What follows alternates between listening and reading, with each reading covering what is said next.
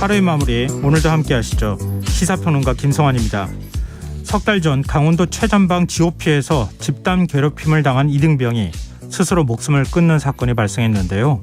사고 조사 과정에서 부대 차원의 은폐 작업이 있었다는 의혹이 제기됐습니다. 유족들은 부대에서 구급차 진입을 막았다는 주장까지 하고 있는데요. 더 깊이 들여다보는 인터뷰 시간에서 김형남 군인권센터 사무국장과 얘기 나눠보도록 하겠습니다. 그리고 화요일 코너죠. 빅데이터를 통해 인터넷 이슈를 살펴보는 이슈 이수다 코너도 마련되어 있으니까요. 많은 관심 부탁드리겠습니다.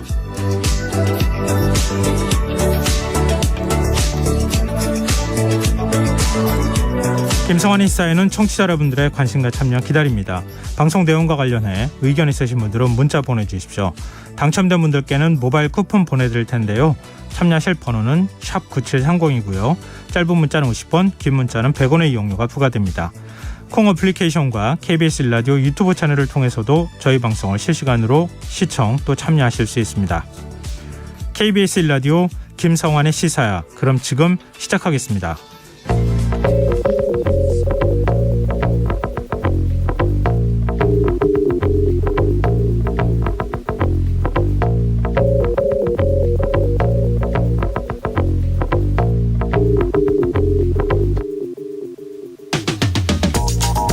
2월 임시국회가 시작부터 삐걱이고 있습니다.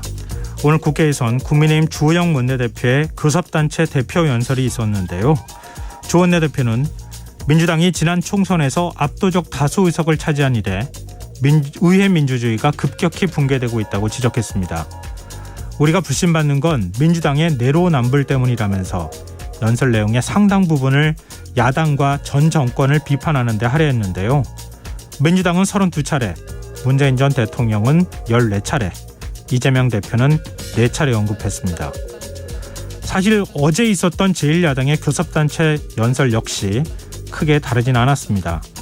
민주당 박홍근 원내대표도 대통령의 반지성주의가 대한민국을 위기에 몰아넣고 있다면서 연설 대부분을 현 정권 비난에 할애했는데요.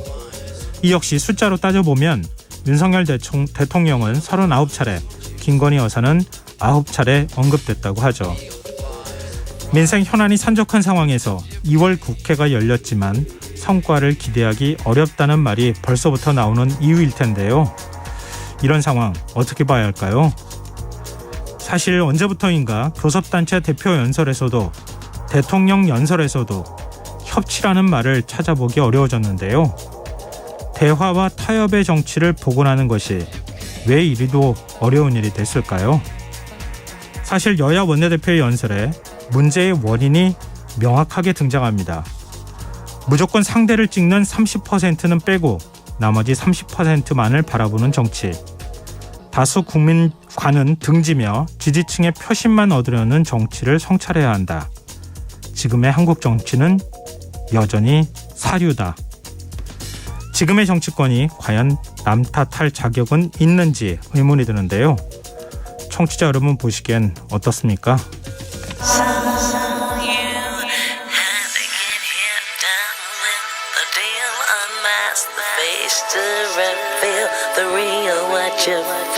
You and your everyday situations, all the unnecessary complications. 오늘 밤 당신 안에 꿈틀거리는 지식 충전 본능이 깨어납니다. 여러분의 자유탐구 영역 김성환의 시사야.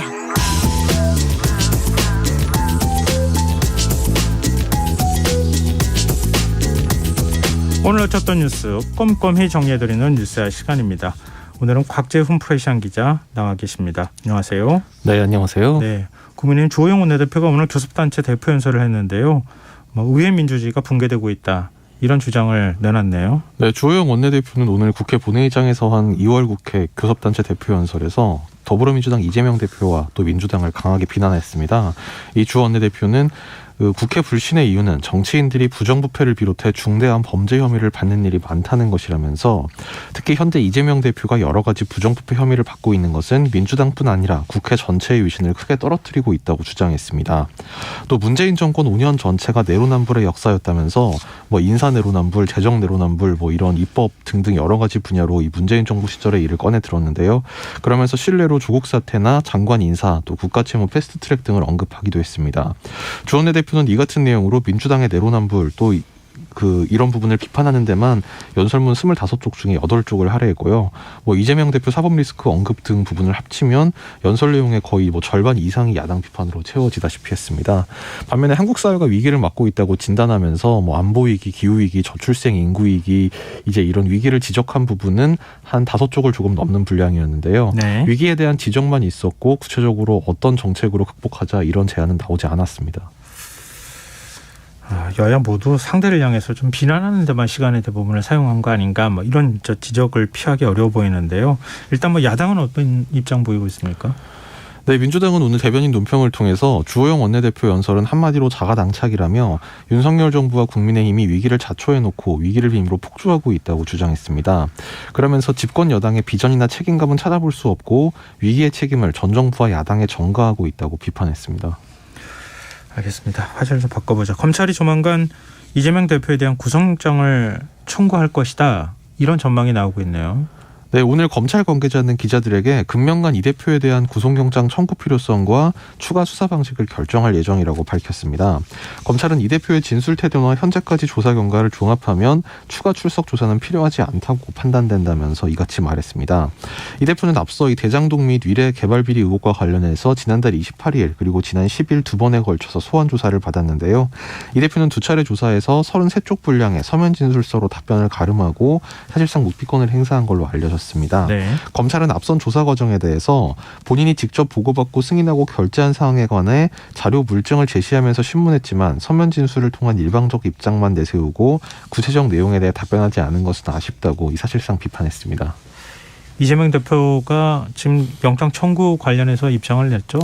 네, 오늘 오후에 이례적으로 기자들과 만난 자리에서 뭐 이른바 백브리핑이라고 하죠. 이제 예. 현장에서 기자들 질문에 좀 간략 하나만 답을 했는데요. 이재명 대표는 이해가 잘 안 된다면서 제가 뭐 어디 도망가느냐 이렇게 반문했습니다. 네. 이제 이거는 증거인멸 및 도주 우려가 없기 때문에 구속영장 청구 요건에 부합하지 않는다. 이 점을 강조한 걸로 풀이가 되고요. 네. 또 검찰에서 이제 증거가 있다 뭐 이런 취지의 얘기를 한 데 대해서는 물증이 있으면 언론에 공개하면 될 거 아닌가 싶다. 이렇게 말하기도 했습니다. 네.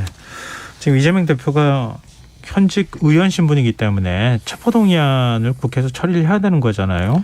네. 지금 체포동의안이 뭐 지금 부결될 가능성 얘기까지 좀 나오고 있던 가결될 가능성까지도 얘기가 나오고 있던데. 예, 뭐 가결 가능성이라고 말하기에는 조금 이제 아직까지 그런 분위기까지는 아닌 것 같고요. 뭐 민주당 내부에 반란표가 나오면 가결될 수도 있다. 그렇죠. 이제 이런 그런 얘기가 있잖아요. 뭐 부결을 마냥 장담할 수 없다. 뭐 그 정도 표현이 네. 좀 더 적절할 것 같긴 합니다. 네네. 사실 이 체포동의안은 제적의원 과반 참석의 과반 찬성으로 의결이 되는데요. 민주당 의석이 지금 169석이기 때문에 이미 과반을 채운 데는 넉넉하지만 이 인사에 대한 이제 사안은 무기명 투표로 하기 때문에 네. 이게 만약에 이제 좀 이탈표가 생길 경우에 이제 뭐 부결을 마냥 장담하기는 어려운 거 아니냐 뭐 이런 관측도 좀 있긴 있습니다. 네. 뭐 당내 실제로 이제 비이재명계에서는 뭐 이거를 당론으로 뭐 부결을 정하는 건 좀 부적절한 게 아니냐 이런 지적도 있는데요. 네. 조응천 의원은 오늘 아침 라디오 인터뷰에서 체포동의안 부결을 당론으로 하는 것은 결연히 반대다 이렇게 얘기하기도 했습니다. 다만 이 조 의원도 뭐 이거를 가결을 시키자 이런 취지는 아니었고 부결이 될 것으로 보지만 이것을 강제 당론으로 하는 것은 의원들이 개개인의 양심이나 이런 데 비춰서 적절하지 않다. 그리고 어차피 무기명 표결이기 때문에 이 당론을 정해봐야 사실상 큰 효과도 없다. 뭐 이런 점에 대한 지적이었습니다. 네. 찬성하는 의원도 꽤 있다고 얘기를 하고 있는데 과연 몇 명인지 이건 뭐 알 수는 없을 것 같고요. 일단 국회의원의 불체포 특권에 대해서는 국민적 감정이 그렇게 썩 좋지는 않은 편이긴 하니까 이런 부분에 대한 지적을 좀 한 거 아닌가 싶은데요. 뭐 정의당도 사실은 불체포 특권 내려놔야 된다 이런 주장이기도 하잖아요. 네, 뭐 정의당은 뭐 오늘 또 기자회견 또 이제 기자들과 만나서 그런 얘기를 하기도 했는데 정의당은 계속 이제 뭐 노회찬 의원 그 생전부터 이 불체포 특권 관련해서는 일관되게 의원이 어느 당 소속이고 누구든 간에 계속 그냥 그 체포동의하는 가결의 표를 던지고 있다 이런 입장입니다. 네, 알겠습니다. 근데 그러니까 벌써 몇 표 나오잖아요.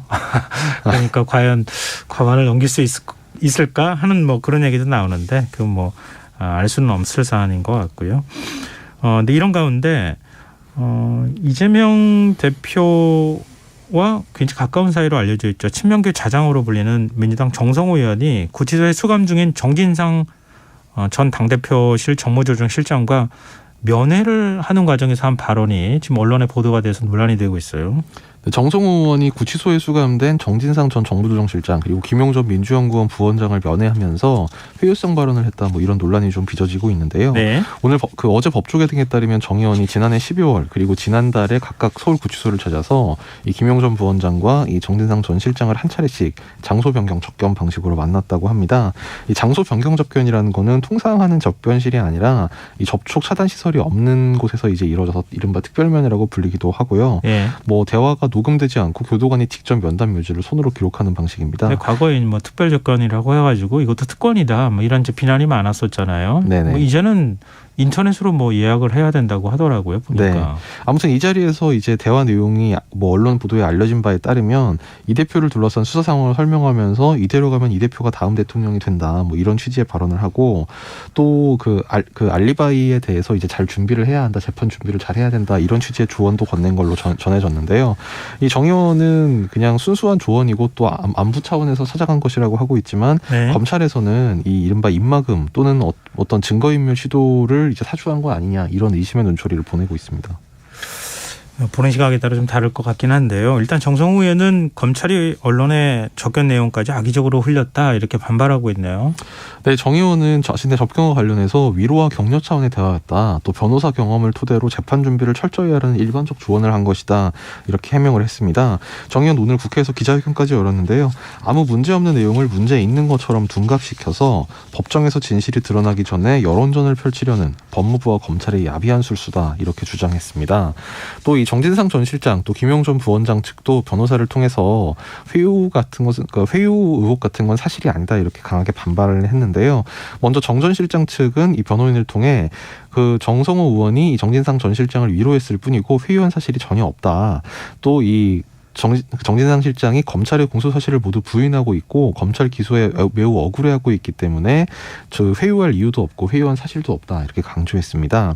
김용전 부원장 측도 교도관이 기록하는 자리에서 어떻게 회유가 가능하다는 것인지 의문이다라면서 구속된 피고인에게 최소한 허용된 접견마저 진실호도 수단으로 사용하는 검찰의 태도를 개탄한다고 비판했습니다. 지금 이제 뭐 비슷한 주장을 하긴 했지만 접견하는 과정에서 대화 내용은 옆에 있는 교도관이 다 서면으로 기록을 하도록 돼 있는 거죠. 지금 만약에 검찰이 이 부분에 대해서 얘기를 한다는 것은 그 접견 기록을 보고 지금 얘기를 하고 있다는 거 하는 거잖아요. 예, 사실 뭐 언론에 어떤 그 출처에서 나갔는지 정확하게 뭐 아직까지 그게 밝혀질 수는 사실 없는 부분인데요. 어떤 내용이 보도가 됐다면 이 접견 당사자인 이 피고인 정진상 김용 이 측에서 나간 게 아니라면 사실 뭐 가능성이 뭐 그렇게 그 법무부의 교도관을 통해서 나갔을 수도 있지 않겠냐. 뭐 이런 가능성도 없지는 않습니다. 네, 알겠습니다. 정성호 의원은 그 접견 기록 그냥 공개해라. 뭐 이렇게 또 지금 얘기를 하고 있는 상황에서 좀 논쟁이 좀 앞으로도 더 지속이 될 가능성이 있어 보이는데요. 그리고 검찰이 화천대유 대주주 김만배 씨에게 또 한 번 구속영장을 청구했어요. 네, 김만배 씨는 뭐 아시다시피 앞서서 횡령 그다음에 특정 경제범죄 가중처벌법 위반 뇌물 여러 가지 혐의로 기소가 돼 있는데요. 오늘 서울중앙지검 반부패 수사 1부에서 이 김만배 씨에 대해 범죄수익은닉규제법 위반 혐의로 구속영장을 새로 청구했습니다. 이 검찰에 따르면 김 씨는 2021년 10월부터 작년 11월까지 이 대장동 개발 사업 관련 범죄수익 340억 원을 수표로 찾아서 차명 오피스텔 및 대여 금고 등에 은닉한 혐의를 받고 있습니다. 또 그 법원의 추징 보전 명령 뒤에 집행에 대비해서 동창에게 142억 원 상당의 수표 실물을 숨기게 해서 이것을 그러니까 증거인멸 교사에 해당하는 이런 혐의도 있고요. 또 김 씨가 실명 및 차명으로 이제 그 보유한 부동산 또 예금 반환 채권 등 800억 원 상당을 동결하기로 지금 법원이 했습니다. 이 김 씨는 지난 2021년 9월께 인테리어 업자 김모 씨 등에게 대장동 사건 증거가 저장된 자신의 휴대전화를 불태우게 한 혐의, 그러니까 증거인멸 교사 혐의도 같이 받고 있습니다. 네. 뭐 어디까지나 이건 검찰이 적용하는 혐의 내용이고요. 김만배 씨는 또 다른 주장을 할 것 같긴 한데, 근데 이재명 대표 구속영장 청구 시기에 맞물려서 이런 일들이 연이어 이렇게 발생한다고 하는 것은 좀 하여튼 미묘한 어떤 파장을 불러일으킬 만한 사안은 아닐까 이런 생각이 드네요. 네, 뭐 김만배 씨에 대한 구속영장 뭐 추가 청구도 사실 뭐 이재명 그 대표에 대한 뭐 말하자면 간접적인 압박 아니겠느냐, 뭐 법조계 안팎에서 이렇게 보고 있는 시선도 있습니다. 아까 접근 기록 공개하거나 뭐 이런 것도 좀 그거하고 맞물리는 측면이 있지 않나 이런 생각이 드네요. 지금 여러분께서는 KBS 라디오 김성환의 시사회와 함께하고 계십니다. 계속해서 뉴스와 이어가겠습니다. 민주당이 김건희 특검과 대장동 특검, 이른바 쌍특검을 추진하기 위해서 여론전을 좀 강화하겠다 이런 방침입니까? 네, 뭐 민주당은 계속 어제부터 이제 이른바 쌍특검을 주장을 하고 있고요. 오늘 원내대책회의에서 박홍근 원내대표는 이 재판부가 공소시효가 남은 2차 주가 조작에서도 이 김건희 전 코바나 컨텐츠 대표, 이 대통령 영부인의 계좌가 활용됐다고 확실히 판단했다, 이 점을 강조하면서 법원이 이 김건희 여사의 혐의를 인정한 것과 다름없다고 주장했습니다. 네. 민주당의 이 김건희 여사 주가 조작 그 테스크포스, 또 검찰 독재 정치 탄압 대책위원회도 오늘 연석회의를 열어서 이 특검을 반드시 관철하겠다는 의지를 강조를 했는데요. 예. 이 박홍근 원내대표는 이 50억 클럽 판결과 주가 조작 판결의 공통점은 정치 검찰의 부실 수사가 법원의 방탄 판결로 이어졌다는 겁이라면서 이 정치 검찰의 수사를 맡기는 것은 진실 은폐에 동조하는 것으로 결국 쌍특검이 답이라고 주장했습니다. 근데 결국 지금 쌍특검을 추진하기 위해서는 패스트트랙에 태워야 되는데 180석이 필요한 거잖아요. 그러기 위해서는 정의당의 협조가 필수적인데 정의당은 입장이 좀 달라요. 네, 사실 민주당으로서는 지금 정의당의 협조가 필수적인 상태인데요. 예. 이 정의당은 다만 이 곽상도 전 의원의 이제 이른바 50억 클럽 이것에 대해서는 이제 특별검사가 필요하다 이런 주장을 하고 있지만, 예. 그러니까 말하자면 쌍특검 중에 이 대장동 특검에 대해서는 뭐 이제 수사 대상이나 뭐 기간이나 이런 것이 좀 차이가 있지만 어쨌든 정의당도 특검을 하자는 입장인 건데, 네. 김건희 전 대표 관련해서 이른바 김건희 특검과 관련해서는 정의당이 지금 아직까지는 다소 다른 입장입니다. 이정미 정의당 대표는 오늘 아침 그 라디오 인터뷰에서 지금은 검찰을 향해 제대로 수사하라고 압박하는 것이 필요한 때라면서 정당한 수사를 계속 회피한다면 검찰 수사에 문제를 제기할 수밖에 없고 특검을 통해서라도 문제를 처리해야 한다. 그러니까 이 도이치모터스 판결이 난 게 불과 얼마 전이기 때문에 아직까지는 검찰의 시간을 좀 더 두는 것이 뭐 국민 여론이나 정서상 맞다, 이런 취지의 주장을 하고 있습니다. 근데 그렇게 했는데도 검찰이 만약에 김건희 여사와 관련해서 소환 조사를 한다거나 조사에 적극성을 띠지 않으면 우리도 특검으로 갈 수도 있다, 이렇게 여지를 지금 남겨두긴 한 거네요. 네, 그렇다고 봐야 될 것 같습니다. 네, 국민의힘 반응도 살펴봐야겠죠. 뭐 국민의힘은 뭐 이 이른바 김건희 특검에 대해서는 아주 뭐 처음부터 아주 뭐 말이 안 되는 거라고 강력하게 반발을 하고 있습니다. 양금희 국민의힘 수석 대변인은 민생을 내팽개친 채 당대표 방탄을 위한 정쟁거리 만들기에 필사적인 민주당의 검은 속내라면서 강하게 비난을 했는데요. 예. 이 반면 이 곽상도 의원 50억 클럽에 대해서는 이 법원 판결에 대해서 이제 국민이 받아들일 수 있겠느냐, 뭐 이런 우려가 있긴 있지만, 그럼에도 이것은 이제 2심 3심을 통해서 다뤄져야 되는 문제이고, 이걸 지금 재판 중인 사안에 대해서 특검을 하는 것이 과연 맞느냐, 뭐 국민의힘 법조계 출신 의원들 사이에서는 뭐 이런 의견이 좀 나오고 있는 상태입니다. 네. 도이치모터스 주가 조작 사건 1심 판결 내용이 공개가 되면서, 판결문이 공개가 되면서 이게 또 다른 어떤 불씨가 되고 있어요, 정치권에. 그러니까 같은 판결문을 네. 두고 이른바 대통령실 또 여당하고 이 야당인 민주당 사이에 정반대 해석이 나오고 있는 건데요. 예. 오늘 아침에 이제 대통령실에서 추가 입장문을 내서 윤석열 대통령 영부인, 그러니까 이제 김건희 전 코바나 컨텐츠 대표의 이 주가 조작 연루 의혹 관련해서 계좌가 활용됐다고 해서 주가 조작에 가담한 것으로 볼 수 없다, 이렇게 이 입장을 다시 한번 강조를 했습니다. 네. 대통령실은 오늘 그 언론 공지 자료에서 판결문 중 범죄 일람표에 김건희 여사가 48에 등장한다며 마치 범죄에 관여한 듯 거짓 해석을 하고 있으나 48에 모두 권오수 매수 유도군으로 분류돼 있고 차명 계좌가 전혀 아니라면서 권오수 매수 유도군이란 표현은 권 대표와 피고인들이 주변에 매수를 권유해 거래했다는 뜻에 불과하다고 강조했습니다. 네. 또 2차 주가 조작 기간 안에 이제 매매 내역을 보면 이 김건희 여사의 경우에 2010년 10월 28일부터 12월 13일까지의 기간에 단 5일간 매도하고 3일간 매수한 것이 전부라면서 아무리 부풀려도 3일간 매수를 주가 조작 관여로 볼 수 없다. 이 점도 강조했습니다. 그러면서 이 사건의 본질은 대선 기간 문재인 정부 검찰에서 공소시효가 이미 지난 사건을 억지로 늘려 기소했다가 법원에서 제동이 걸린 것이다. 이 점을 이렇게 규정을 하면서 이 추미애 박범계 전 장관 시절 2년 이상 탈탈 털어 수사하고도 기소조차 못한 사유가 판결문에 분명히 드러나 있다고 주장했습니다. 지금 대통령실 입장은 요약하자면 김건희 여사는 아무런 혐의가 없는 것이다. 죄가 없다. 이렇게 얘기를 하고 있는 거잖아요. 네, 맞습니다. 반면 민주당에서는 오히려 이 판결문을 통해서 이른바 이제 공소시효가 지나지 않은 살아있는 사건에도 이제 김건희 전 대표의 이제 계좌가 이용이 됐다. 이 점이 법원 판결문에 적시가 돼 있는 만큼 오히려 판결문을 근거로 해서 특검 수사를 해야 한다. 이런 입장입니다. 근데 대통령실에서 이렇게 밝히면은 검찰이 수사할 수 있겠습니까? 이제 그래서 이제 민주당이 특검을 해야 한다고 주장을 하고 있는 거죠. 그러니까 과거 같으면은 일종의 수사 가이드라인을 제시했다고 얘기 나올 상황 아닌가 그런 생각이 좀 드네요. 대통령실도 좀 자제해야 되지 않을까? 검찰이 아직 혐의 무혐의 판단을 안 내린 거잖아요. 네, 검찰은 지금 이제 뭐 꼭 이제 물론 김건희 전 대표뿐만 아니라 뭐 다른 뭐 이른바 전주라고 불리는 뭐 인물들 다른 사건 연루자들에 대한 것도 마찬가지인데 이 1심 판결 결과를 놓고 지금 당연히 뭐 지금 항소할 일단 뭐 항소 등의 이제 뭐 법정을 통해서 죄송합니다. 제가 지금 그 50억 클럽 판결하고 헷갈렸는데요. 이 도이치모터스 사건 판결 이후에 지금 이 후속 대응 수사를 어떻게 할 것인지를 놓고 검찰 안에서 지금 좀 고심이 깊다 뭐 이런 말을 전해지고 있습니다. 네, 알겠습니다. 여야가 보훈처를 보훈부로 격상하고 재해동포청을 신설하는 내용의 정부조직법 개정안에 합의를 했습니까? 네, 그 여야 간에 원내대표 또 원내수석 부대표 정책회의장 이렇게 각 당에서 3명씩 참석하는 이른바 3+3 정책협의체가 지금 가동이 되고 있었는데요. 네. 국민의힘 더불어민주당 오늘 양당이 이 정책협의체를 통해서 오늘 오후 국회에서 회의를 열고 이 정부조직 개편안에 합의를 했습니다. 말씀하신 대로 현재 국가보훈처를 국가보훈부로 격상한다. 그리고 외교부 산하에 재해동포청을 신설한다. 이 두 가지 내용이 골자이고요. 다만 윤석열 정부 공약인 여성가족부 폐지 여부에 대해서는 여야 간 이견이 좁혀지지 않아서 양당 원내대표 간의 협의를 더 이어가기로 했습니다. 네, 국민의힘 전당대회 소식도 좀 정리해보죠. 오늘 부산, 울산, 경남 지역에서 두 번째 합동 연설회를 열었어요. 오늘도 뭐 후보들 간에 신경전이 대단하더라고요. 네, 안철수, 김기현 의원 지금 양강으로 분류되는 두 후보가 서로 간의 약점을 파고들면서 아주 뭐 노골적인 표현까지 나오기도 했는데요. 네. 안철수 의원은 먼저 이제 김기현 의원을 겨냥해서 자기 비전 하나 없이 어딘가 기대고 얹혀가려는 후보다 이렇게 규정을 했습니다. 네. 또 그러면서 당대표는 당의 얼굴이다. 누구인지 국민이 알 수 있어야 한다면서 국민이 누군지도 모르고 자기 것도 없이 어딘가 기대고 얹혀 사는 데 거대한 민주당과 싸워 이긴다는 것은 어림도 없다 이렇게 얘기했습니다. 네. 그러니까 안 의원의 강점이자 이 김기현 의원의 약점으로 꼽히는 이제 인지도 부분을 언급한 걸로 풀이가 되고요.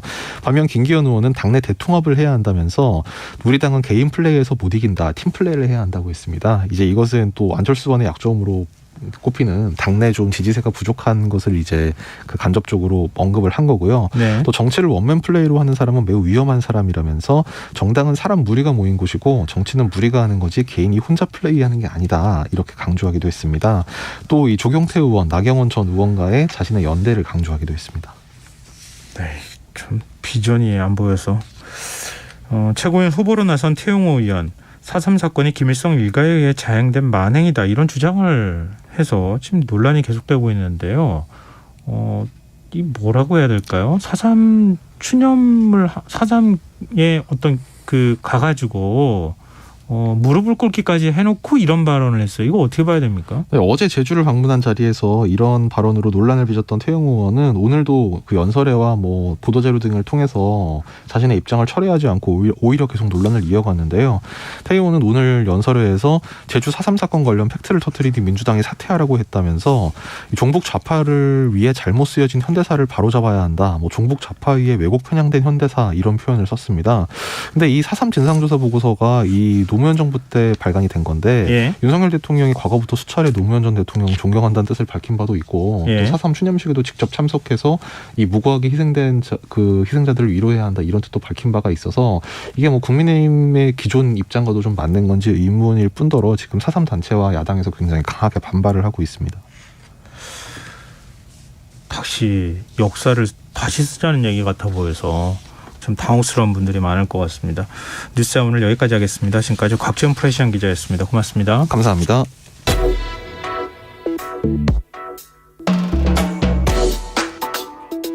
더 나은 내일을 준비하는 시간 KBS 1라디오 김성환의 시사야. 지난해 12월이었습니다. 자대 배치를 받은 지 불과 한 달밖에 되지 않은 이등병이 집단 괴롭힘 끝에 극단적 선택을 하는 일이 있었습니다. 그런데 당일 부대 내에서 사건의 실체를 조작하려는 시도가 있었다. 이런 주장이 나오면서 논란이 커지고 있는데요. 유족과 군인권센터는 군 수사당국의 발표를 신뢰할 수 없다. 이런 입장을 밝히고 있습니다. 이와 관련해서 김형남 군인권센터 사무국장 연결해서 얘기 나눠보도록 하겠습니다. 사무국장님 안녕하세요. 예, 안녕하세요. 예, 이게 지난해 11월에 있었던 사건으로 제가 기억을 하고 있는데요. 네네. 당시 사건이 어떤 내용이었는지부터 좀 먼저 설명을 좀 해주세요.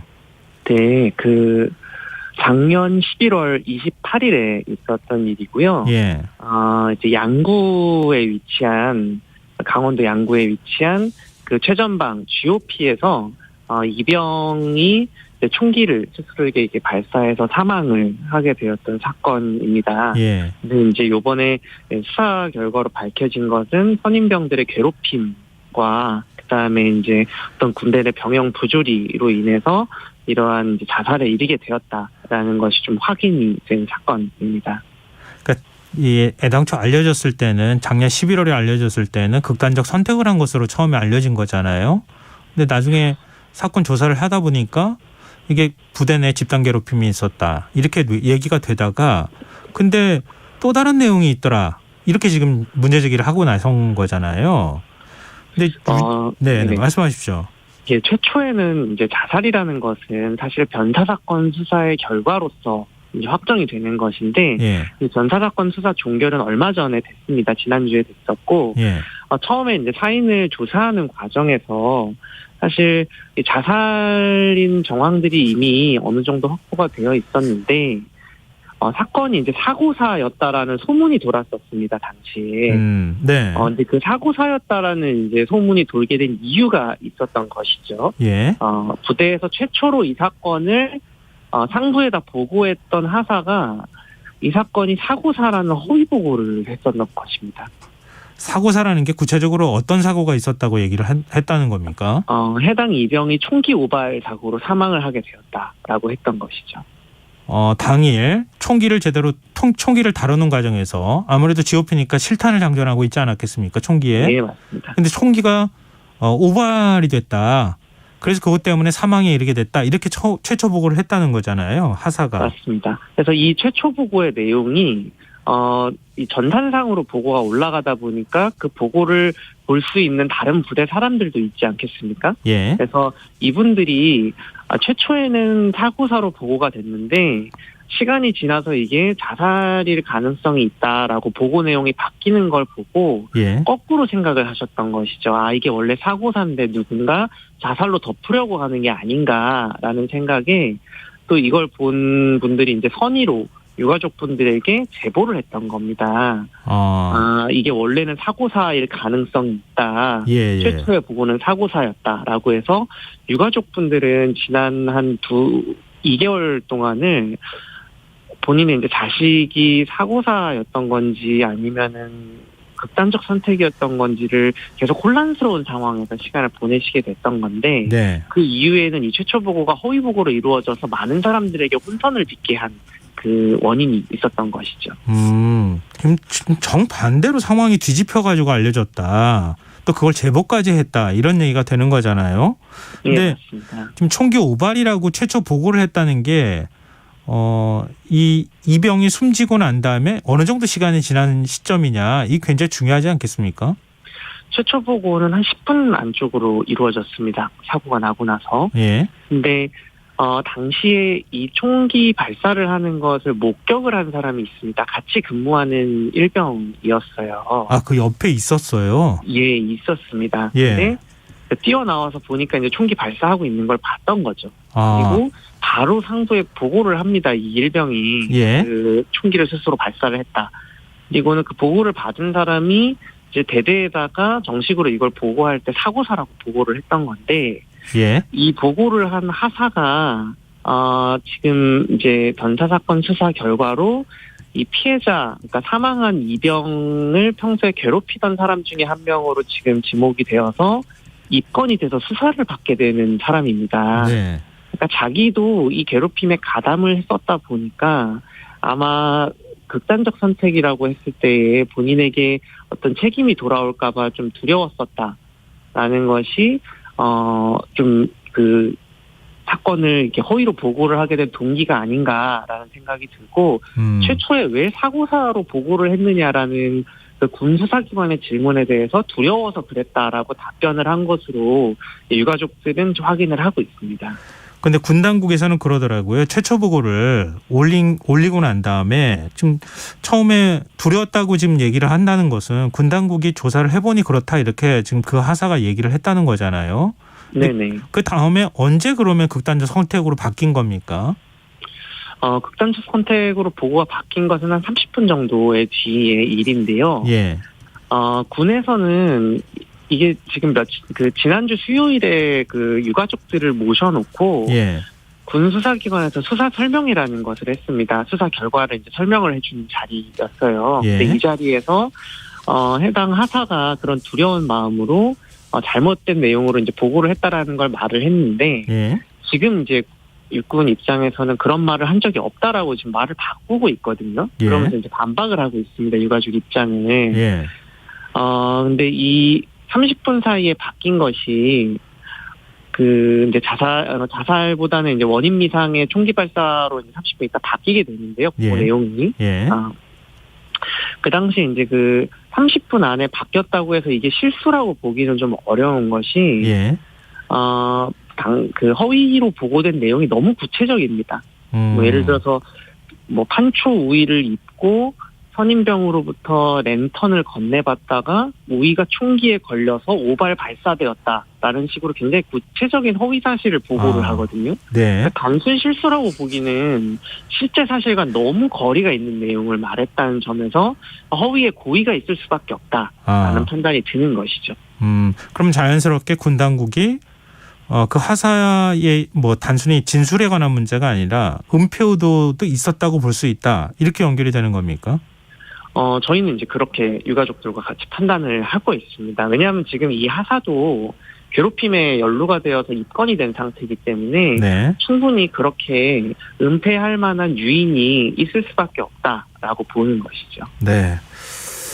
말씀 듣다 보니까 일병이 스스로 이제 총기를 이용해서 극단적 선택을 하는 장면을 보고 하사한테 보고했음에도 불구하고 하사는 굉장히 구체적으로 전혀 다른 내용을 보고했더라. 이게 이제 은폐 의도하고 연결이 된다, 이런 말씀이시고요. 네. 그러면 그보다 근본적인 문제, 그 하사가 집단 괴롭힘에 관여가 되어 있다고 말씀하셨는데요. 참 8명 정도가 지금 집단 괴롭힘에 가담을 했다, 이렇게 얘기가 알려지고 있더라고요. 어떤 일이 있었던 겁니까, 부대 내에서? 당시에 이 이병이 GOP에 투입될 때가 북한에서 매일매일 미사일 발사를 하던 시점이었습니다. 네.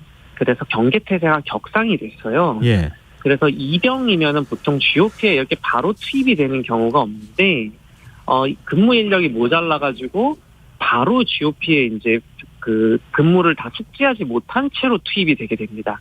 네. 예, 그러다 보니까 근무가 이제 미숙한 모습을 보이게 되고, 이 부분들을 선임병들이 잘 가르치고 이끌어주려고 하지 않고, 죽여버린다던가, 총으로 쏴버린다던가, 근무에 실수를 하면은, 또는, 실수를 하는 것을 계속 노트에 적게 한다던가, 29페이지에 달하는 근무와 관련된 사항을 암기하게 하고, 암기 못하면은 괴롭히고, 이런 유의 것들을 이제 병사들이 하고 있었는데, 그 하사도 여기에 같이 가담을 했었다는 것이죠. 이게 군검찰 수사 기록을 얘기하시는 거죠? 예, 수사 설명회에서 군 수사기관이 유가족들에게 알려준 내용입니다, 이거는. 극단적 선택을 한 당일에도 이런 일이 있었습니까? 극단적 선택을 한 당일에도 이제 사망을 한 이병이 실수를 하는 일이 있었는데 예. 그 실수를 전해들은 다른 병사가 이 초소로 연락을 합니다. 네. 그래서 이따가 근무 끝나고 내려오면 가만히 두지 않겠다. 이번에는 정말 넘어가지 않을 것이다. 라고 하면서 협박을 했던 것이죠. 그리고 그로부터 30분 있다가 이 사고가 발생을 하게 됩니다. 지금 유족들은 사고가 발생하고 구급차를 불렀는데 군대에서 구급차를 막았다. 이렇게 지금 주장을 하고 있거든요. 네네. 이건 어떻게 된 겁니까? 구급차를 이제 사고가 20시 44분에, 그러니까 밤 8시 44분에 벌어집니다. 예. 그리고 군에서 이제 군 구급차가 와서 CPR을 실시를 하게 되는데요. 네. 인력상의 모자람이 있다고 판단을 했던 당시 소속 부대 부중대장이 민간 119에다 전화를 해서 앰뷸런스를 보내달라고 합니다. 예. 그래서 그 시간이 9시 9분이었습니다. 그리고 민간 앰뷸런스는 2분 뒤인 9시 11분에 출발을 하게 되는데요. 네. 부대까지 거리상 한 10분 정도 걸리는 거리입니다. 네. 근데 부대 문 앞에 근처에 와가지고 막힌 것이죠. 출입이. 아니, 근데 그러면서 소속 부대 중대장이 불렀는데 왜 누가 막았습니까? 유가족들에게 들어온 제보에 따르면은 당시 누가 앰뷸런스를 불렀냐라면서 부대 안에서 옥신각신 이렇게 논쟁이 있었다라는 제보가 있었고, 예. 실제로 시간 관계를 딱 맞추어 보아도 저희가 이 시간을 알게 된 거는 소방과 경찰의 정보 공개 청구를 해서 알게 된 것이거든요. 그러니까 이거는 저희의 주장이 아니고 예. 경찰과 소방에서 보내준 자료에 근거해서 말씀을 드리는 겁니다. 근데 경찰에서 보내준 자료에 따르면 순찰차와 구급차가 부대 앞에 갔는데 군부대 통제로 군부대 출입이 통제됐다라고 써 있거든요. 그 자료에. 네. 그래서 그 앞에서 13분 정도를 기다리게 됩니다. 그러니까 지금 응급 환자가 응급처치를 받고 있는 상황에서 13분을 밖에서 군에서 누가 데리러 나올 때까지 기다렸다는 거는 굉장히 문제적인 상황인 것이죠. 그러니까 네네. 이 환자가 결국에 어떻게 됐느냐와는 상관없이 응급처치를 받을 수 있는 13분의 시간을 날리게 된 것이잖아요. 네. 그러니까 유가족들 입장에서는 너무 황당할 수밖에 없는 것이죠. 소중한 목숨 앞에서 규정 운운하면서 군부대에 출입하려면 인솔자가 있어야 되고 인솔자가 나와야 되고 이런 얘기하면서 그 소중한 시간 허비해버렸다라고 하는 것이 유가족들은 납득할 수 없는 상황인 것입니다. 지금 이런 여러 가지 상황에 대해서 군 당국은 뭐라고 설명하고 있습니까? 군 당국에서는 인솔자를 내보내는데 준비하는 시간이 필요해서 그 정도 시간이 걸린 것이다라고 하고 있고, 왜 인솔을 반드시 나가야만 했고, 그다음에 그 인솔이 당시에 꼭 필요한 상황이었는지, 왜 인솔을 나가는데 그렇게 오랜 시간이 걸릴 수밖에 없었는지에 대해서 답을 하지 않고 있습니다. 그 위급한 상황에서 좀 납득이 안 가는 해명을 하고 있는 것 같다는 생각이 드는데요. 앞으로 수사 재판 과정은 어떻게 진행이 됩니까? 지금 작년에 군사법원법이 개정이 돼서 군의 수사를 하는 그 관할이나 이런 것들이 좀 많이 바뀌었습니다. 그래서 이런 사망 사건이 발생하는 경우에는 사망의 원인이 되는 범죄를 저지르는 사람들은 군이 아니라 민간 경찰에서 수사를 받습니다. 그래서 지금 이 괴롭힘에 가담을 했던 사람들은 다 양구경찰서로 관할이 넘어가 있는 상황입니다. 네. 이제 앞으로 민간 경찰에서 수사를 하겠죠. 근데 유가족들이 이제 주장하시는 것은 이 허위 보고라던가 구급차를 막는 일과 관련된 일들도 수사를 해서 밝혀야 되는 거 아니냐라는 주장을 하시는데, 군에서는 이 부분과 관련해서는 지금 입건도 하지 않고 있는 상황입니다. 네, 알겠습니다. 지금 청취자분들도 의견을 보내주고 계시는데요. 8387님, 저도 군 생활을 그 근처에서 했는데 마음이 너무 아픕니다. 이런 의견 주셨고요. 9433님, 아들을 둔 아버지로서 참 안타깝습니다. 이런 의견 또 보내주시기도 하셨어요. 유가족들 마음을 생각해서라도 군 당국이 지금이라도 좀 명확하게 입장을 밝혀야 될 것 같고요. 앞으로 민간기관에서 수사하고 재판이 있을 수밖에 없기 때문에 그 과정도 공정하게 진행이 됐으면 좋겠네요. 자, 오늘 말씀 고맙습니다. 예, 감사합니다. 네, 지금까지 김형남 군인권센터 사무국장이었습니다.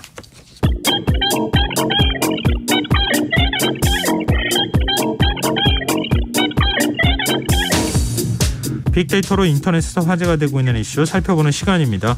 이슈이수다.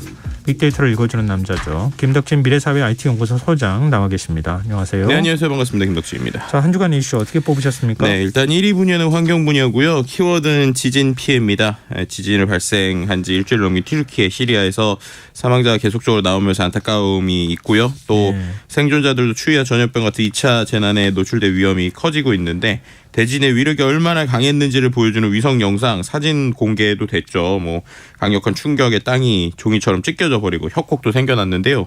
이런 걸 보면서 이제 댓글상에서는 정말 안타까운 이야기들이 많이 나오는 것 같아요. 뭐 어디서부터 손대야 될지 상상도 못하겠다. 재난 현장 모든 것이 잘 대기 빈다. 뭐 영화나 만화에서나 보던 장면인데 지진 나면 땅이 둘로 갈라지는 장면, 이게 현실이라니, 이러면서 안타까운 이야기들이 계속 나오고 있었고요.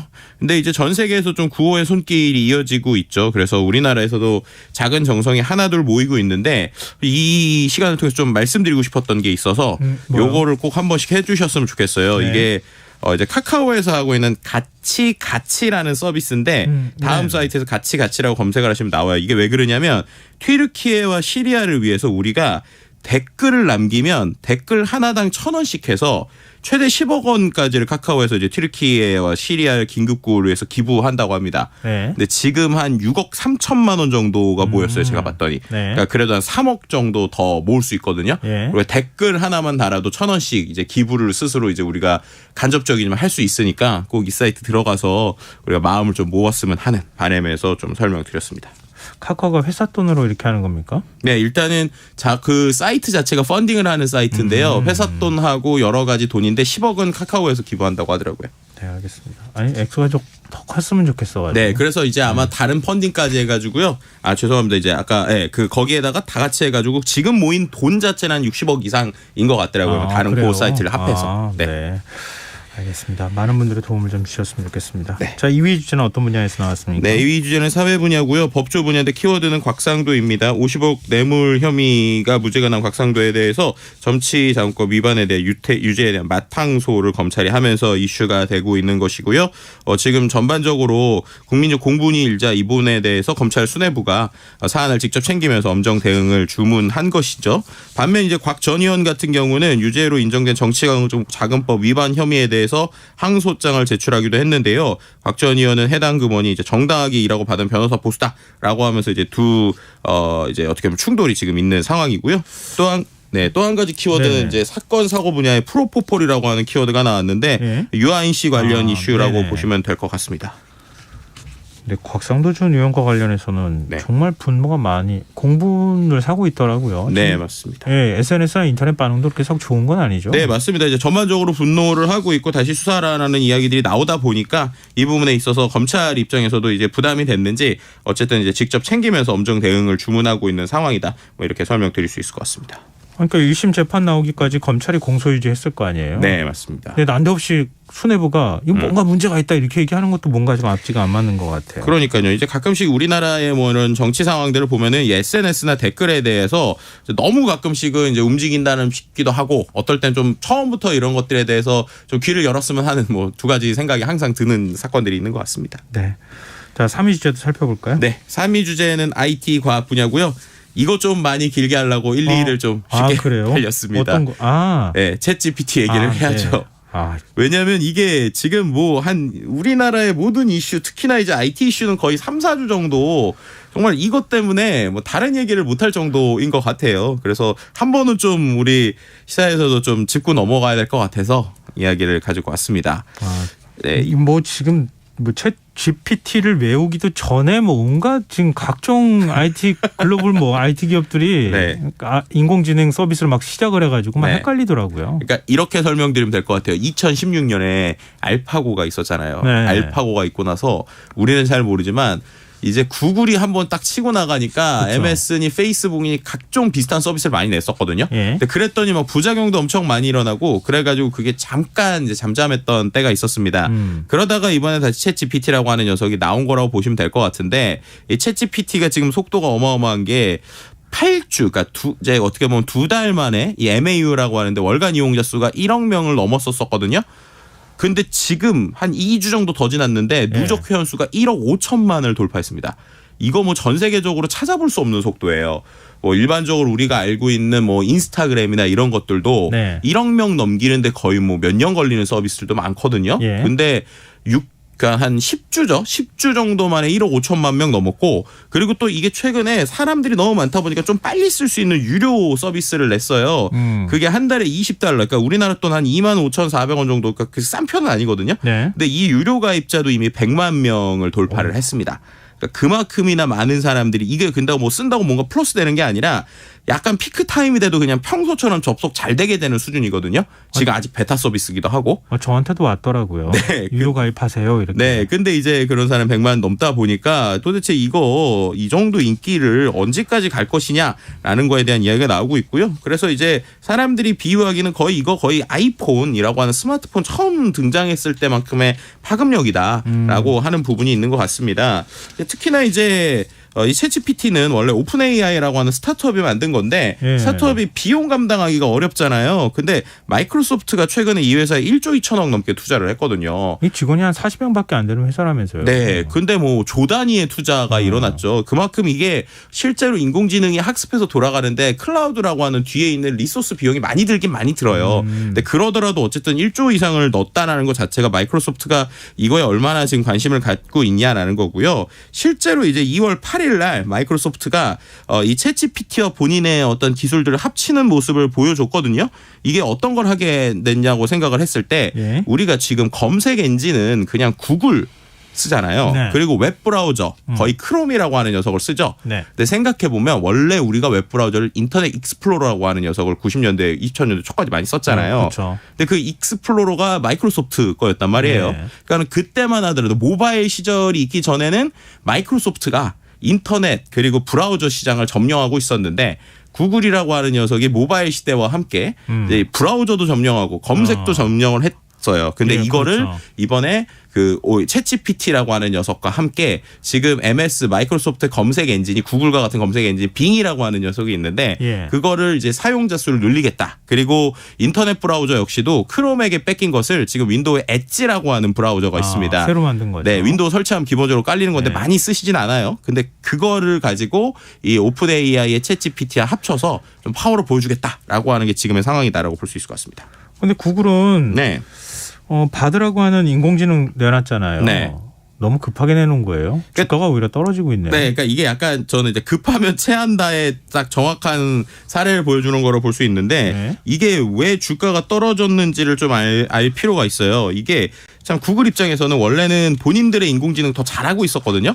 예. 근데 서비스화를 조심스러워했는데 갑자기 서비스가 나온 거예요. 예. 그러니까 우리 이렇게 하다가는 정말 모든 선제권 뺏길 것 같아. 그래서 본인들의 기술을 가지고 냈습니다. 내면서 얘네들이 처음에 얘기한 게 뭐냐면 그 챗GPT가 갖고 있는 단점들이 있거든요. 예. 그 단점들을 보완했다라고 얘기를 했어요. 처음에 첫 번째가 이제 학습 데이터가 2021년까지다 보니까 지금도 이제 챗GPT한테 예를 들면 대한민국의 대통령이 누구냐라고 물어보면 이제 윤석열이 아니라 윤석열 지금 대통령이 아니라 그 전 대통령이 이제 문재인 대통령을 얘기하는 경우들이 있습니다. 네. 2021년까지 데이터이기 때문이에요.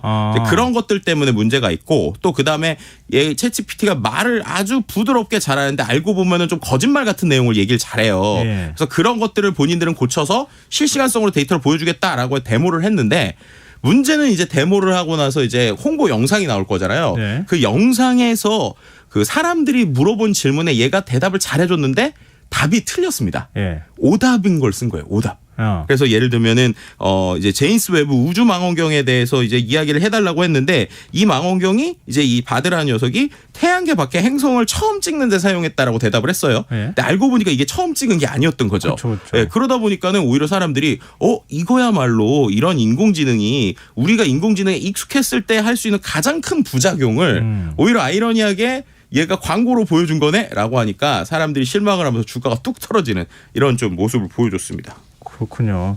근데 지금 인공지능 급부상을 흐뭇하게 바라보는 회사가 있다고요? 네, 이제 이 회사 이게 이제 요즘에 또 이번 주에 또 화두가 되고 있는데 우리가 이제 서비스를 받잖아요. 그럼 이런 챗GPT 같은 게 있으면은 어디가 좋고 뭐가 좋을까라고 할 때 웃고 있는 회사 중에 제일 큰 데가 엔비디아라고 하는 녀석이에요. 예. 이 회사 원래 그래픽 카드 회사인데 쉽게 말하면 인공지능이 공부를 하기 위해서는 엄청난 리소스가 필요합니다. 근데 그렇죠. 그 중에서 최근에 그래픽 카드를 좀 많이 쓰다 보니까 이 그래픽 카드에 대한 수혜를 받고 있고요. 또 이 그래픽 카드 GPU라고 하는 이제 그래픽 기반의 CPU죠. 근데 이 GPU를 쓰기 위해서는 또 D램이 필요하거든요. 근데 이게 또 하이닉스 램을 써요. 그래서 이제 하이닉스도 이제 반사이익을 보고 있고 삼성전자 역시도 최근에 좀 이제 반사이익을 보고 있어서 이른바 반도체들에서 이 인공지능 때문에 또 인기를 끌고 있다. 뭐 이렇게 볼 수 있는 것 같습니다.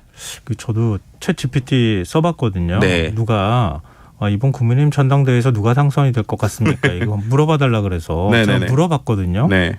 잘 모르겠다고 하더라고요. 그러니까요. 이제 트렌드에 맞는 건 아무래도 2021년까지다 보니까 좀 어려움이 있는 것 같습니다. 그냥 모르면 네. 뭐 아직 예측 불가능한 영역이라고 그렇게 얘기를 하더라고요. 그러니까요. 자, 이 얘기는 여기서 마무리하고요. 4위 네. 주제는요? 네, 4위 주제는 경제 분야의 키워드는 집값이고요. 지금 강남마저 한 번에 10억 정도의 집값이 떨어진다. 뭐 집값이 무시무시한 폭락이다. 뭐 이런 뉴스들이 이슈가 되면서 화제가 된 키워드라고 볼 수 있을 것 같습니다. 뭐 전반적으로 잠실 주공이나 강남구 도곡동 같은 곳에 소위 이제 재건축을 준비하고 있는 곳들이 계속 아파트 값들이 하락 추세다라는 것이고요. 또 이제 한 가지 걱정이 미분양이 쌓이다 보니까 그 지금 걱정인데 분양가는 이제 뛰고 있다. 건축비가 6.7% 이상 오르다 보니까 요것 때문에 지금 신규 아파트 분양가가 크게는 24%까지 오르고 있다. 이런 얘기가 나오고 있는 것입니다. 또 이제 그러면서 걱정스러운 게 허그가 집주인 대신 이제 갚은 전세금이 또 1년 새 3배 느는 지금 뭐 전세 사기나 이런 것들 때문에요. 네. 이런 문제들이 쌓이다 보니까 지금 이 집값 어떻게 할 거냐 한쪽에서 떨어지고 있고 또 이 전세 자금은 또 이런 문제들이 생기는데 이것에 대한 좀 걱정스러운 우려의 목소리들이 SNS나 댓글에 좀 많이 나왔다라고 설명드릴 수 있을 것 같습니다. 네, 마지막 5위 주제는요? 네, 5위 주제는 연예 분야고요. SM이라고 하는 키워드입니다. SM 엔터테인먼트에 대한 이야기고요. 진짜 이 SM 엔터테인먼트 매일매일 이거 어떻게 되느냐에 대한 이야기들이 좀 나오고 있는 것 같아요. 처음에는 카카오가 지분을 넣는다고 했다가 이제 문제가 생기니까 이수만 이제 프로듀서가 어떤 이슈를 제기하고 결국에는 지금 하이브가 이제 이수만 씨의 지분을 인수하는 이런 소식이 나오다 보니까 과연 이 SM의 행보는 어떻게 될 거고 또 우리나라 이 K-팝 시장 지각 변동 어떻게 될 것이냐 또 카카오는 과연 어떤 식의 위치를 볼 것이냐라고 하는 것들 때문에 많은 사람의 설왕설래가 이어지고 있는 게 5위 키워드라고 볼 수 있을 것 같습니다. 그러게요. K-팝이 어떤 영향을 받을지 아마 전 세계가 주목하고 있지 않을까 싶네요. 네. 자, 이슈이스다 여기서 마무리하겠습니다. 지금까지 김덕진 미래사회 IT연구소 소장과 함께했습니다. 고맙습니다. 네, 감사합니다. KBS 1라디오 김성환의 시사야 1부 순서 여기서 마무리하겠습니다. 전 11시 정각 2부에 다시 오겠습니다.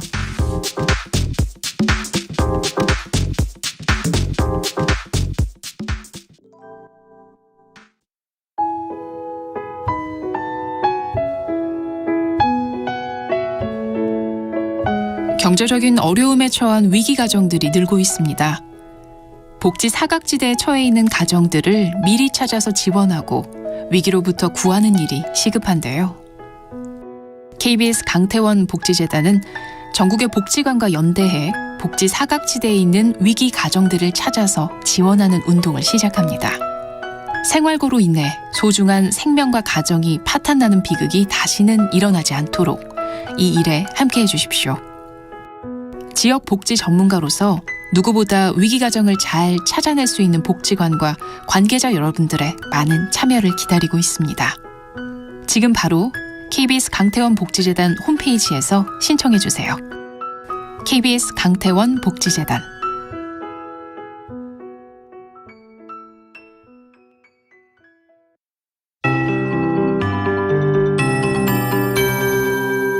KBS 58분 날씨. 현재 강원 영동 남부와 경북 동해안, 경북 북동 산지에 대설특보가 발효 중인 가운데 시간당 1에서 3cm의 눈이 내리고 있습니다. 이 지역은 내일 오후까지 최고 10cm가 넘는 많은 눈이 내리겠습니다. 그리고 영동 중남부와 경북 남부 내륙, 울산은 내일 새벽까지 비나 눈이 내리겠습니다. 예상 적설 영동 중남부, 경북 북부 동해안, 북동 산지, 울릉도 독도, 제주도 산지 3에서 8cm, 많은 곳은 영동 중남부와 제주도 산지에서 10cm 이상, 영동 북부는 1에서 5cm, 영서 중남부, 경북 남부, 울산 1cm 내외입니다. 내일 아침과 낮 기온 모두 평년과 비슷해 다소 춥겠습니다. 아침 기온 철원 영하 4도, 서울 영하 2도, 대구 영하 1도, 광주 0도가 예상됩니다. 낮 기온은 동풍이 불면서 속초 0도에 머무르겠고 인천, 울산 5도, 세종, 대구 6도, 서울, 대전, 광주, 부산 7도, 제주는 8도가 예상됩니다. 미세먼지 농도 좋음이나 보통으로 예상되지만 충남과 전북은 오전에 농도가 일시 높겠습니다.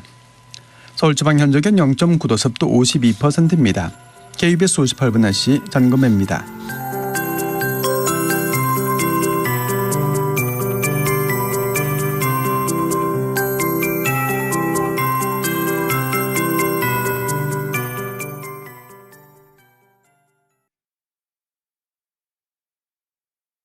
정성을 다하는 국민의 방송 KBS가 11시를 알려드립니다. AM 711kHz, FM 97.3MHz, KBS 1라디오입니다. HLKA.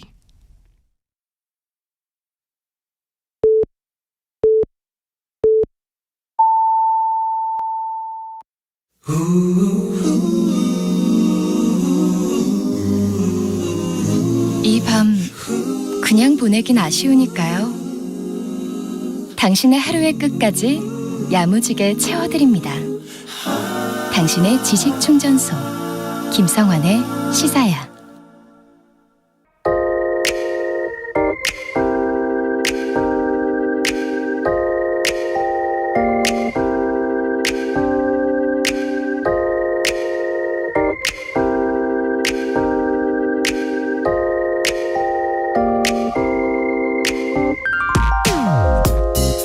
아무리 예상했던 일이라 해도 막상 현실로 닥쳤을 때는 어떻게 대처해야 할지 몰라 당황하곤 합니다.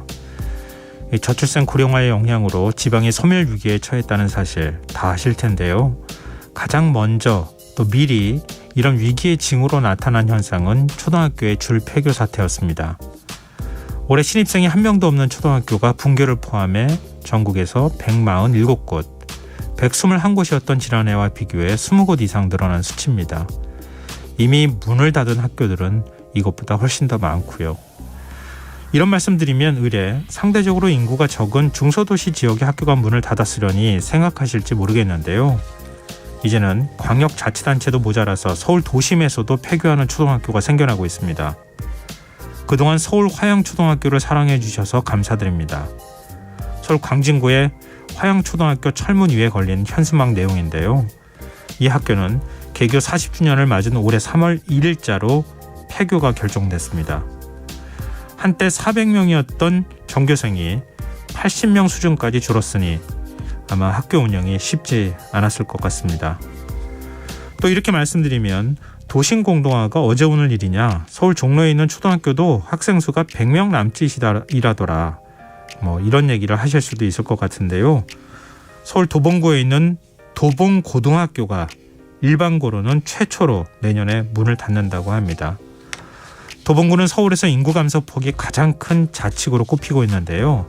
지난 2010년부터 지난해까지 인구가 15% 이상 줄면서 213명이던 신입생이 40명 수준까지 급감했다고 합니다. 문제는 학생 수 감소와 학교 폐교가 지역 상권에까지 큰 영향을 미친다는 사실입니다. 노원구 중계동 학원가는 학생 수가 점점 줄어들어서 경영에 어려움을 겪고 있고요.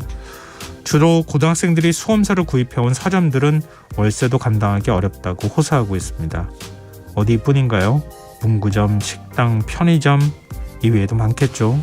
학생들이 주로 찾는 곳들도 매출에 큰 타격을 입고 있는 상황입니다. 폐교 대상이었던 초등학교가 특화된 수업을 통해 되살아났다는 신화 같은 이야기가 회자되곤 하지만 서울 도심의 학교가 문을 닫는 것, 이거 어떻게 대처할 방법이 있을까요?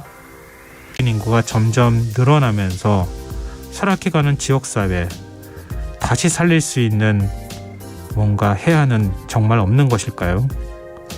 지금까지 오늘의 발견이었습니다.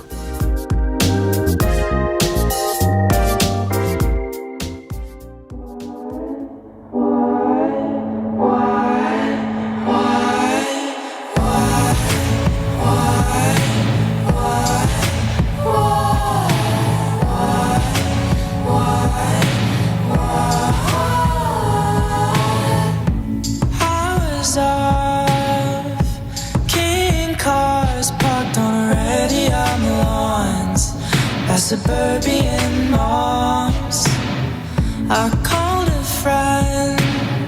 Let's meet at 10, go wherever we want, 'cause no one cares that we're gone. This town don't got much to do, and you and I haven't got much to lose. So do you wanna rock in your room like we always do? Talk about how fast we grew and all the big dreams that we won't pursue. Then get in your car and laugh till we both turn blue.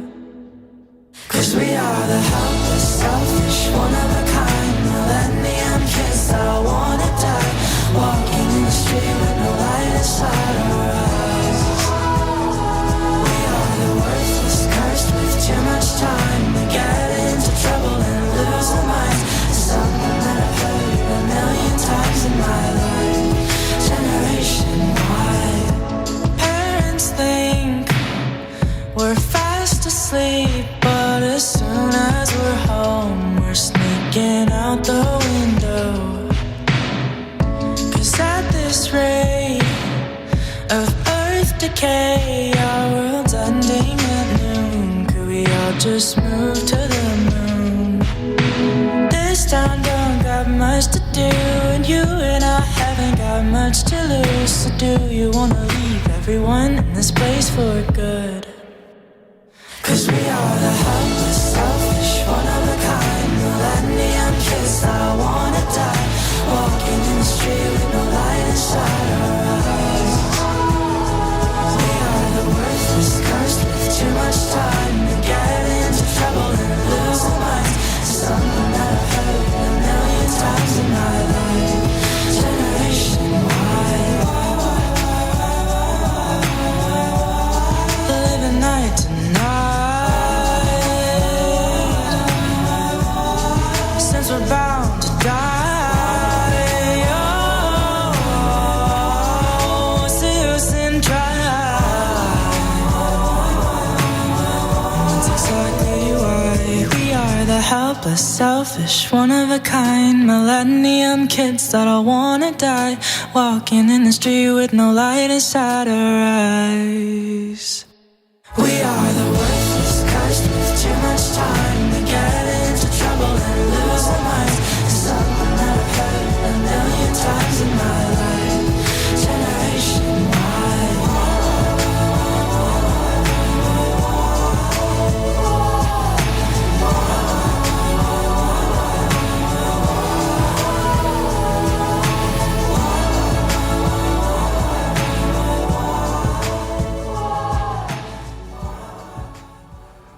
오늘의 발견에 이어서 코난 그레이의 제너레이션 Y 듣고 오셨습니다. 김성환의 시사는 언제나 청취자 여러분의 관심과 참여 기다리고 있습니다. 저 오늘의 발견 들으시고요. 김은실님께서 저는 초등학교에서 일하고 있는데요. 1학년이 매년 한 반씩 줄어들고 있어요. 그러다 보니 신규 교사를 뽑지 않고 학교 교사들의 평균 연령도 높아지고 있어요. 저는 광역시에서 일하는데 신규 교사 발령을 못 본 지 몇 년이나 됐네요. 이렇게 의견 보내주셨어요. 광역시에 있는 초등학교도 이렇게 신규 교사가 더 충원이 안 될 정도로 학생 수가 줄고 있다 이런 말씀이신데요. 참 뭐랄까요? 이 출생아 수가 줄면서 나타나는 이런 문제들 앞으로 어떻게 해야 되나 좀 걱정이 정말 돼요. 지금 이렇게 될 경우에는 사실은 지금 교육부에서도 그렇게 얘기를 하잖아요. 지금 교대라든가 이런 것들을 전문대학원 형태로 바꾸겠다고 또 얘기를 하고 있거든요. 앞으로 아마 더 심화될 가능성이 높지 않을까 그런 생각이 들어요. 그리고 이런 문제들이 우리 사회 전반으로 지금 이제 노인 무임승차 문제도 지금 논란이 되고 있잖아요. 국민연금 문제도 지금 시끄럽고요. 건강보험 문제도 있고요. 인구 절벽은 40대가 본격적으로 줄어드는 것을 의미하기는 하지만 이게 진짜 조만간 한 10년 이내에 우리 사회에 정말 큰 문제로 닥칠 게 아닌가 그런 생각이 듭니다. 지금부터 대처를 해야 되는데 방법이 없어요. 이렇게 얘기만 우린 계속하고 있거든요. 뭔가 상상을 뛰어넘는 창의적인 발상이 필요한 시점이 되지 않나 그런 생각이 듭니다. 네, 오늘 문자 주셔서 정말 고맙습니다. 또 계속 문자 기다리고 있을 테니까요. 많이 보내주셨으면 좋겠습니다. 저희가 추첨해서 당첨된 분들께 모바일 쿠폰 선물로 드리겠습니다. 참여하실 문자 번호는 샵9730이고요. 짧은 문자는 50원, 긴 문자는 100원의 정보 이용료가 부과됩니다. 콩 게시판 KBS 일라디오 유튜브 채널을 통해서도 무료로 참여하실 수 있습니다. KBS 일라디오 김성환의 시사회와 함께하고 계신 지금 시각은 11시 9분입니다.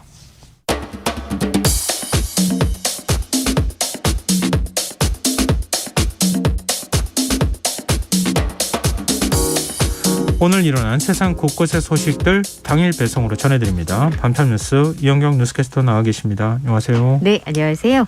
튀르키예 구조 소식부터 좀 전해주세요. 네. 지금 지진 발생한 지 198시간이 이미 지나고 있는 시점인데 네. 이렇게까지 시간이 오래 지났는데 생존자가 구조됐어요. 네.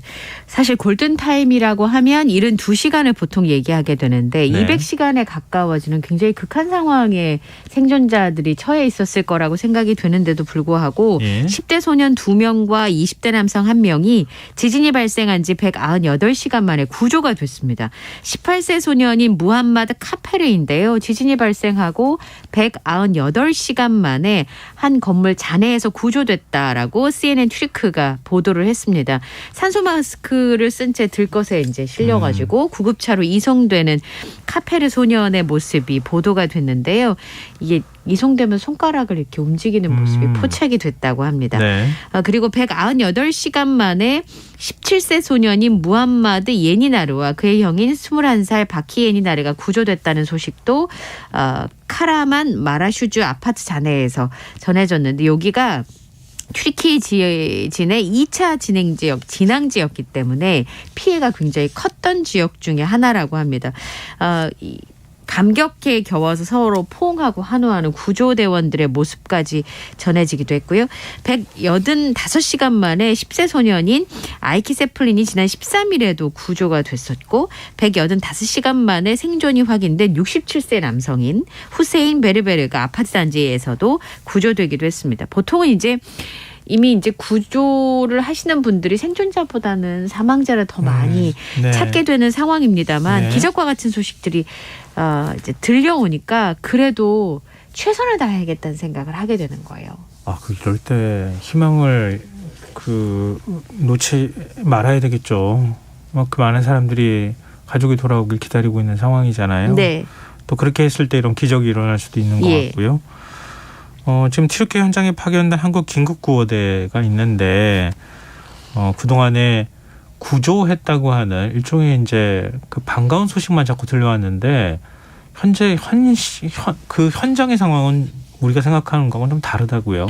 굉장히 추운 날씨가 우선 이어졌는데 갈 때 겨울 준비를 해가지고 가야 되는데 제대로 못하고 간 거예요. 그러니까 추운 날씨에서 스트레스가 또 얼마나 크겠습니까? 이게 스트레스가 전혀 없을 수가 없는 게 구조를 이 시간 안에 해야 된다라고 하는 긴박성이 있기 때문에 현장에 보내주신 분들이 이제 훈련을 많이 받으신 분들이긴 하지만 인간으로 힘든 건 어쩔 수가 없는 거죠. 마음이 앞서면 다쳐요. 또 구조하다가. 네, 이미 여러 차례 다쳐서 부상을 입고 있는데 치료를 해가면서 지금 구조 활동을 진행을 하고 있다고 하는데요.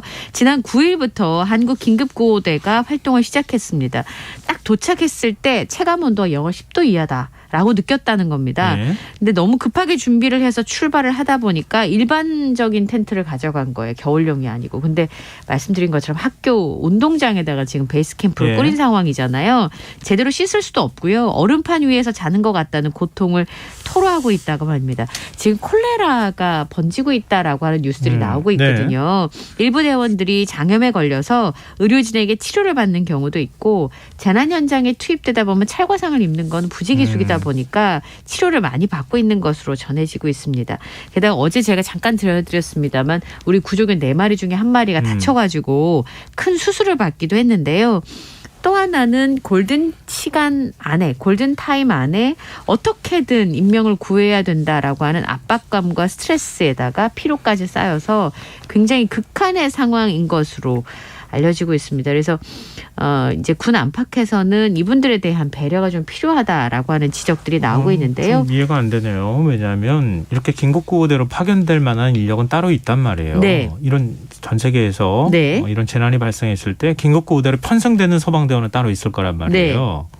근데 현재 있는 그 튀르키예 주재 대사관도 있을 거고 네. 이런 데서 왜 정보를 안 줬었는지 이해가 안 되네요. 네. 그래서 일반 천막을 가져가게 만들고 구호대가 가서 떨게 만들고 이거는 정부가 대처를 제대로 하지 않은 거 아닌가 싶은데요. 그럼에도 불구하고 현지 주민들은 형제국에서 와서 우리를 도와주고 있다라는 부분에 있어서 굉장히 고마워하고 있는 것으로 전해지고 있고요. 우리나라 구조대가 벌써 18명이나 되는 사람들을 구조하는 데 성공했습니다. 뭐 튀르키예 그 인들을 구조하는 거 매우 중요하고 당연히 그게 1순위 일이 될 수는 있겠지만 우리 긴급구호대 소방대원이나 구조 인력이 다치지 않는 문제가 것도 제일 없도록 중요하죠. 하는 거. 예. 그것도 매우 중요한 일이다. 그럼요. 그건 좀 세세하게 챙겼으면 좋겠습니다. 근데 지금 오는 16일에 2차 구호대가 파견될 예정이잖아요. 네. 근데 2차 구호대는 생존자 구조 작업보다는 이재민 구호 위주로 지원 활동을 할 예정이라고요. 튀르키예 당국의 요청이라고 합니다. 골든타임인 72시간이 훌쩍 지나가면서 이제 생존자를 구조하는 것도 문제이기는 한데 살아남은 이재민들이 살아갈 길도 막막하기 때문인데요. 네. 대한민국 긴급구조대가 두 번째로 파견이 되는데 앞서 지금 구조 활동을 벌이고 있는 구호대는 열흘 일정으로 떠난 거기 때문에 일진 구호대는 국내에 복귀하는 수순이 남아있는 상황이고요. 그다음에 이제 2차로 파견되게 되는 지진 구호대의 경우에는 말씀드린 것처럼 해외 긴급 구호협의회를 개최를 해서 이제 구호 활동에 더 많은 지원을 하게 됩니다. 2차 구호대는 구호 물품 지원이나 구호 재건 사업 준비에 특화된 인력으로 구성이 될 것으로 예정되어 있는 것으로 알려지고 있고요. 지금 13일에 어제죠. 방한용 텐트 150동, 담요 2,200장이 군용기편으로 이진 구호대와 함께 출발을 지금 대기하고 있다라고 밝혔습니다. 그리고 지금 국내에서도 튀르키예 쪽에 구호 물품을 보내겠다고 하는 이런 정성이 막 쏟아지고 있지만 네.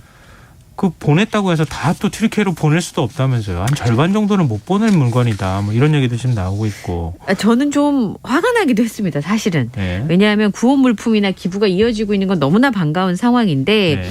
그 물품 가운데 말씀하신 것처럼 일부 물품이 너무 더러워진 옷이나 오래된 가전제품 때문에 폐기물 처리를 지금 물류센터에서 하고 있다는 얘기가 들렸는데요. 인천에 있는 극주 물류업체에 가보니까 인천국제공항과 가까워서 항공운송이 유료하기 때문에 여기를 이제 많이 이용을 하고 있는데 11일부터 튀르키예로 보내는 구호 물품을 취합해서 현지로 운송을 하고 있습니다. 주로 많은 게 외투나 핫팩 같은 방한용품하고 영유아용품들이 많이 포함이 되어 있는데 한쪽에 보니까 막 뭐 때가 묻은 옷, 낡은 모자, 짝도 안 맞는 여름 신발 이런 것들이 주로 이제 개인 구호 물품이라고 하면서 버리는 거라 다름없는 물품들이 지금 쌓이고 있는데요. 튀르키예인인 자원봉사자분이 이제 그걸 갈라서 정리를 해서 보낼 수 있는 건 보내고 그럴 수 없는 건 지금 폐기를 해야 되는 상황인데 만약에 이것 때문에 튀르키예 분들한테 안 하니만 못하니 그런 이미지를 심어주는 거 아니냐 이런 걱정들도 있습니다. 모든 분들이 정성을 다하는 건 참 좋은데요. 네. 차라리 그렇게 중고 물품을 기부하시는 것도 물론 뭐 나쁘지는 않을 것 같은데 중고 물품을 보내시느니 차라리 돈을 기부하시는 게 더 나을 수도 있을 맞습니다. 것 같아요. 예. 네. 그리고 또 하나 보내면 참 처치곤란한 물품이 있는데 종이학입니다. 예. 지금 각지에서 튀르키예와 시리아를 돕기 위한 지원의 손길들이 이어지고 있는데 일본에서는 종이학을 보내면 안 된다 이런 당부를 하고 있는 상황인데요. 주일 튀르키예 대사관에서 일본의 지원은 감사하지만 종이학을 보내는 건 곤란하다 이런 입장을 밝혔습니다.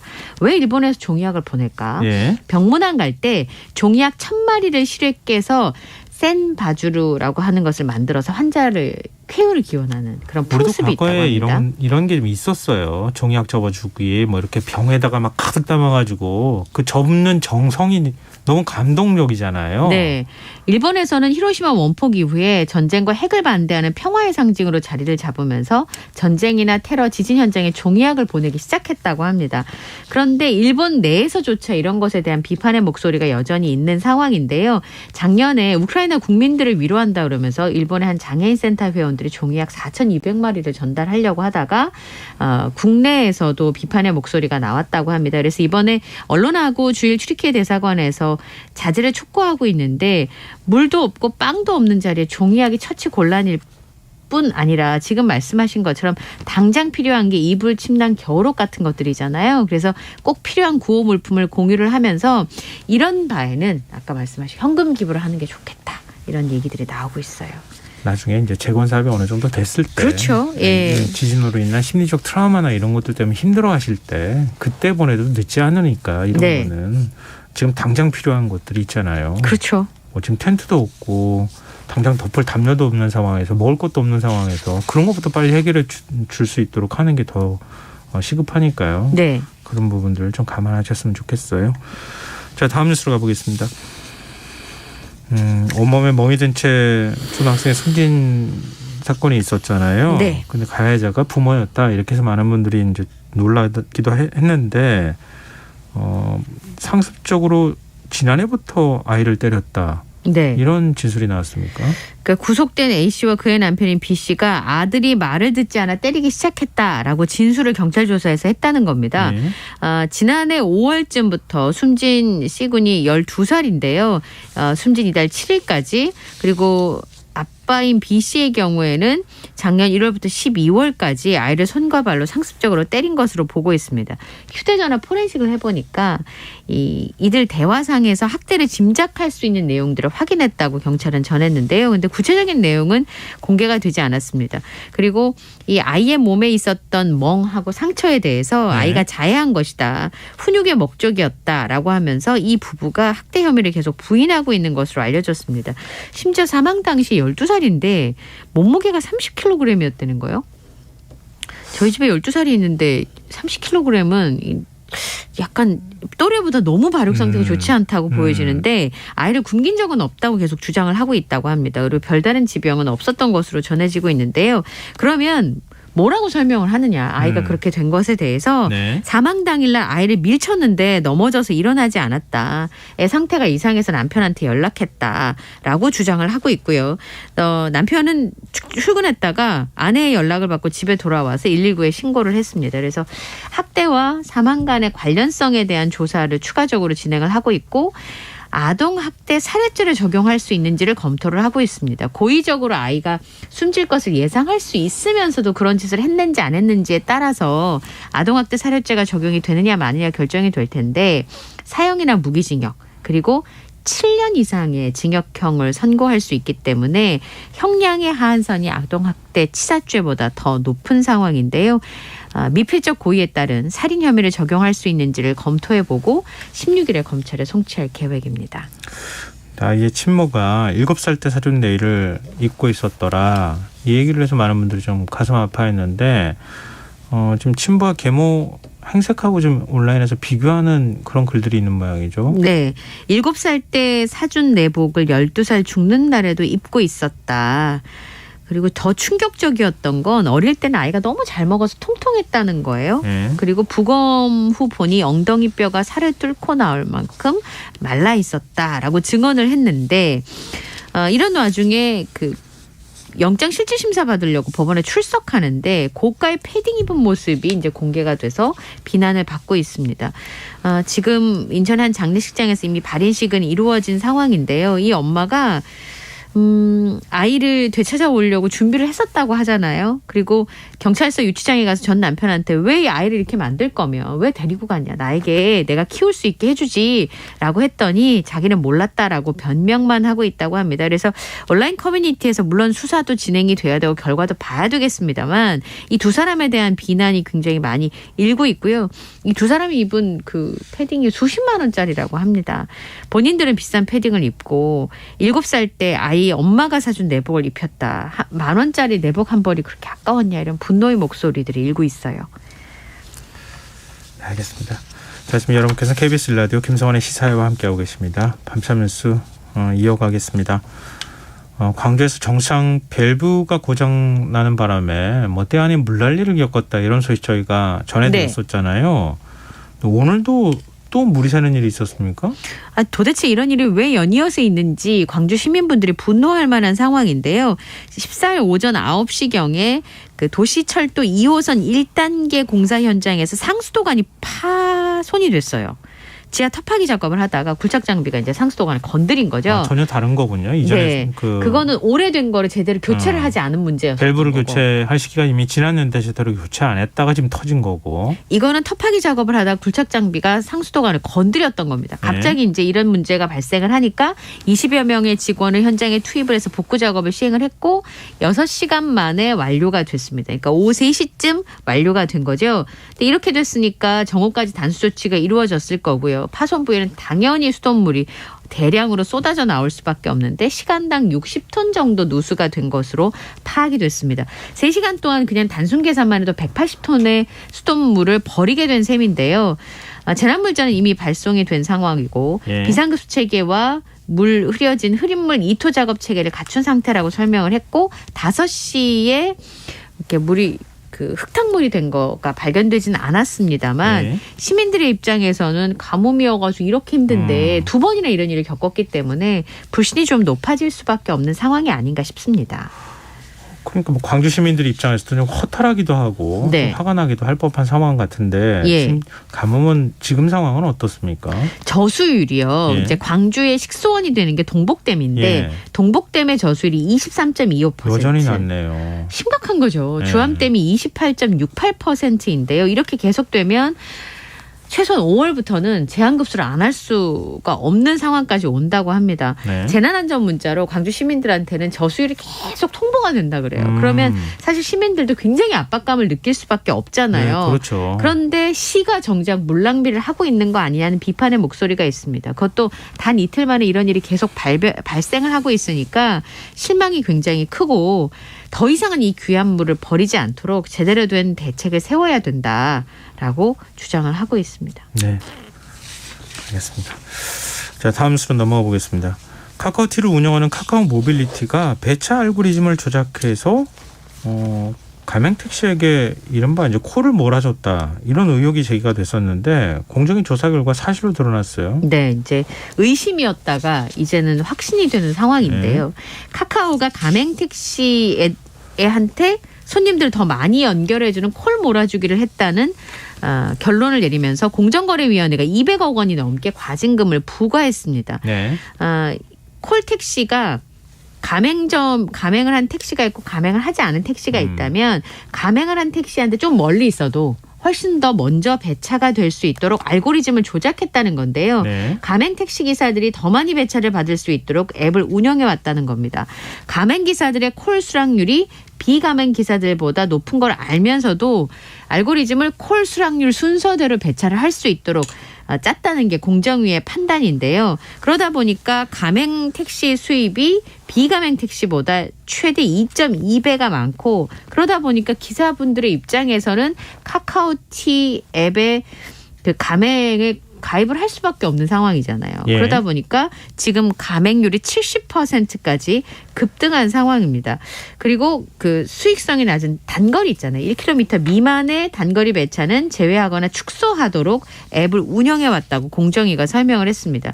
그러니까 앞으로 60일 동안 지금 문제가 되고 있는 배차 방식을 반드시 개선을 해야 하는 그런 상황인데 카카오 모빌리티가 굉장히 크게 반발하고 있습니다. 뭐 어떤 내용으로 반발하고 있는 겁니까? 이게 이 회사의 주장은 뭐냐면 일부 택시 사업자의 주장에 따라서 제재 결정이 내려져서 매우 유감이다라고 하는 겁니다. 행정소송을 포함한 여러 가지 방안을 마련할 계획이라는 건데요. 아까 말씀드렸던 콜 수락률은 그러니까 승차 거부를 없애기 위해서 그런 말하자면 알고리즘을 운영을 해왔다는 거예요. 그러니까 비가맹 택시를 차별하기 위해서 한 게 아니라 그거는 수락률에 따라서 했을 뿐이다. 예, 수락률이 떨어지는 경우는 이제 승차 거부를 하는 것이니까 이런 부분을 없애기 위해서 한 건데 일부 택시 사업자들의 얘기만 듣고 이런 과징금을 부과하는 결정을 내렸다라고 하는 부분입니다. 그래서 이런 로직을 통해서 승차 거부 해소와 그리고 기사의 영업기회 확대 같은 효과가 분명히 있었는데 이런 거는 들어주지 않았다. 그래서 유감이다라고 하는 부분인데요. 지금 60일 안에 요거를 다 이행을 해가지고 공정위에 보고를 해야 되는데 행정소송을 가겠다 이렇게 지금 입장을 밝히고 있어요. 글쎄요. 수락률이 떨어진다는 걸 알고 그렇게 알고리즘을 만들었는지 아니면은 수락률이 떨어지는 걸 알고리즘에 반영을 했는지. 뭐 그러니까요. 예. 어느 쪽으로 시각을 가지느냐에 따라서 지금 정반대 결과가 나올 수도 있어서 네. 지금 또 다시 법원에서 최종 판단을 해야 되는 건가 이런 생각이 드네요. 네. 마지막 뉴스입니다. 이삿짐을 정리하다가 수천만 원 상당의 현금을 발견했는데 시민들이 양심 덕분에 주인을 찾았다고요? 2,400만 원이 딱 발견이 됐어요. 싱크대 밑에서 이사하려고 그러는데. 그래서 주인이십니까? 이렇게 물은 거예요. 제가 이사 가려고 하는데 저희 집 예. 싱크대 밑에 2,400만 원이 있었어요. 예. 그럼 제가 눈을 감고 제 겁니다. 할 수도 있잖아요. 그런데 그렇게 하지 않은 사람이 여러 사람이어서 끝내는 2,400만 원이 주인을 찾아갔습니다. 예. 그 아파트에 살고 있던 세입자가 이사 가다가 이 돈이 발견이 된 건데 예. 이삿짐 센터 직원이 그거를 보고 세입자한테 솔직하게 얘기를 한 거예요. 싱크대 서랍장에 돈 있는데 왜 안 챙겨 가셨어요? 되게 많더라고요. 하면서 줬더니 세입자 제 거 아니에요. 된 거예요. 그럼 주인한테 전화를 합시다. 집주인한테 전화했더니 그렇게 큰 돈은 제 게 아닙니다. 이렇게 된 거예요. 그래서 경찰에서 공인중개사 사무실에 전화를 해가지고 그동안 세입자 주인이 아니라고 하니까 세입자가 몇 명이 거쳐갔는지 그분들한테 그런 돈을 뒀는지를 물어봤어요. 예. 근데 두 사람이 이 세입자들이 한 분은 이게 저희 아버지가 그 집에 살았는데 현금으로 생활비를 드렸었는데 그걸 모은 것 같다. 또 한쪽에서는 60대 여성인데 현금으로 월급이나 보너스를 받는데 너무 바빠서 은행 갈 시간이 없으니까 100만 원씩 띠지로 묶어가지고 금액을 적어가지고 보관했다라고 얘기를 한 거예요. 근데 네. 살펴보니까 띠지로 묶여져 있었고 100장씩 되어 있었던 거죠. 그럼 이 60대 여성의 돈일 확률이 높잖아요. 그래서 아버님이 생활비를 묶어놓은 거라고 한 사람한테 전화를 했더니 자기는 이의가 없다. 그래서 이 돈을 돌려줬고요. 이 돈을 신고한 사람한테 보상금을 지급하기로 되어 있는데 이 습득자가 어려운 이웃을 위해서 일부를 기부하고 싶다라고 하는 뜻을 밝혔다고 합니다. 2,400만 원을 그렇게 띠지로 묶어놨는데 왜 안 가져가셨을까요? 네. 깜빡 잊으셨나 봐요. 그렇긴 한데 어쨌든 여기다 뒀는지를 잊어버리셨을 수도 있잖아요. 그런 게요. 근데 그 많은 사람들이 어느 한 사람이라도 양심에 어긋나는 생각을 조금이라도 했었더라면 못 찾아가죠. 네, 그럴 수 있었을 텐데 참 선하시다 이런 생각이 드네요. 네. 이런 분들이 많아졌으면 좋겠습니다. 그러게요. 밤참스 여기까지 하겠습니다. 지금까지 이현경 뉴스캐스터와 함께했습니다. 고맙습니다. 감사합니다.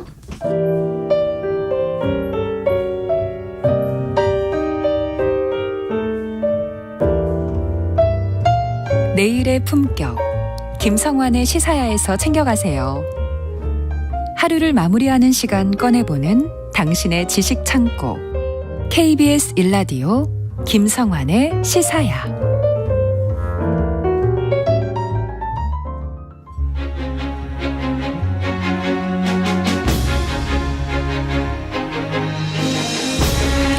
한국과 일본의 사찰이 10년 넘게 소유권 분쟁을 벌여온 고려불상 도난 사건. 아마 들어보신 분들도 있을 텐데요. 지난 2012년 문화재 절도단이 일본 스시마 사찰에 보관돼 있던 고려시대 불상을 국내로 반입하려다가 압수당한 것이 계기가 됐습니다. 부석사는 외구에 의해 약탈당했던 문화재인 만큼 소유권이 우리 측에 있다 이런 입장이지만 재판부의 판단은 좀 엇갈렸습니다. 이 고려불상 사건과 관련한 꼭 닮은 사건이 또 있다고 하는데요. 아즈텍 달력 도난 사건이 그 주인공이라고 합니다. 우리가 참고해 볼 만한 내용은 없는지 흔적의 역사에서 살펴보도록 하겠습니다. 경향신문 이기환 스토리텔러 나와 계십니다. 안녕하세요. 안녕하세요. 네. 좀 고려불상 사건 얘기해 주실 줄 알았는데 네. 전혀 다른 사건인데 비교가 가능한 사건을 갖고 오셨어요. 그렇습니다.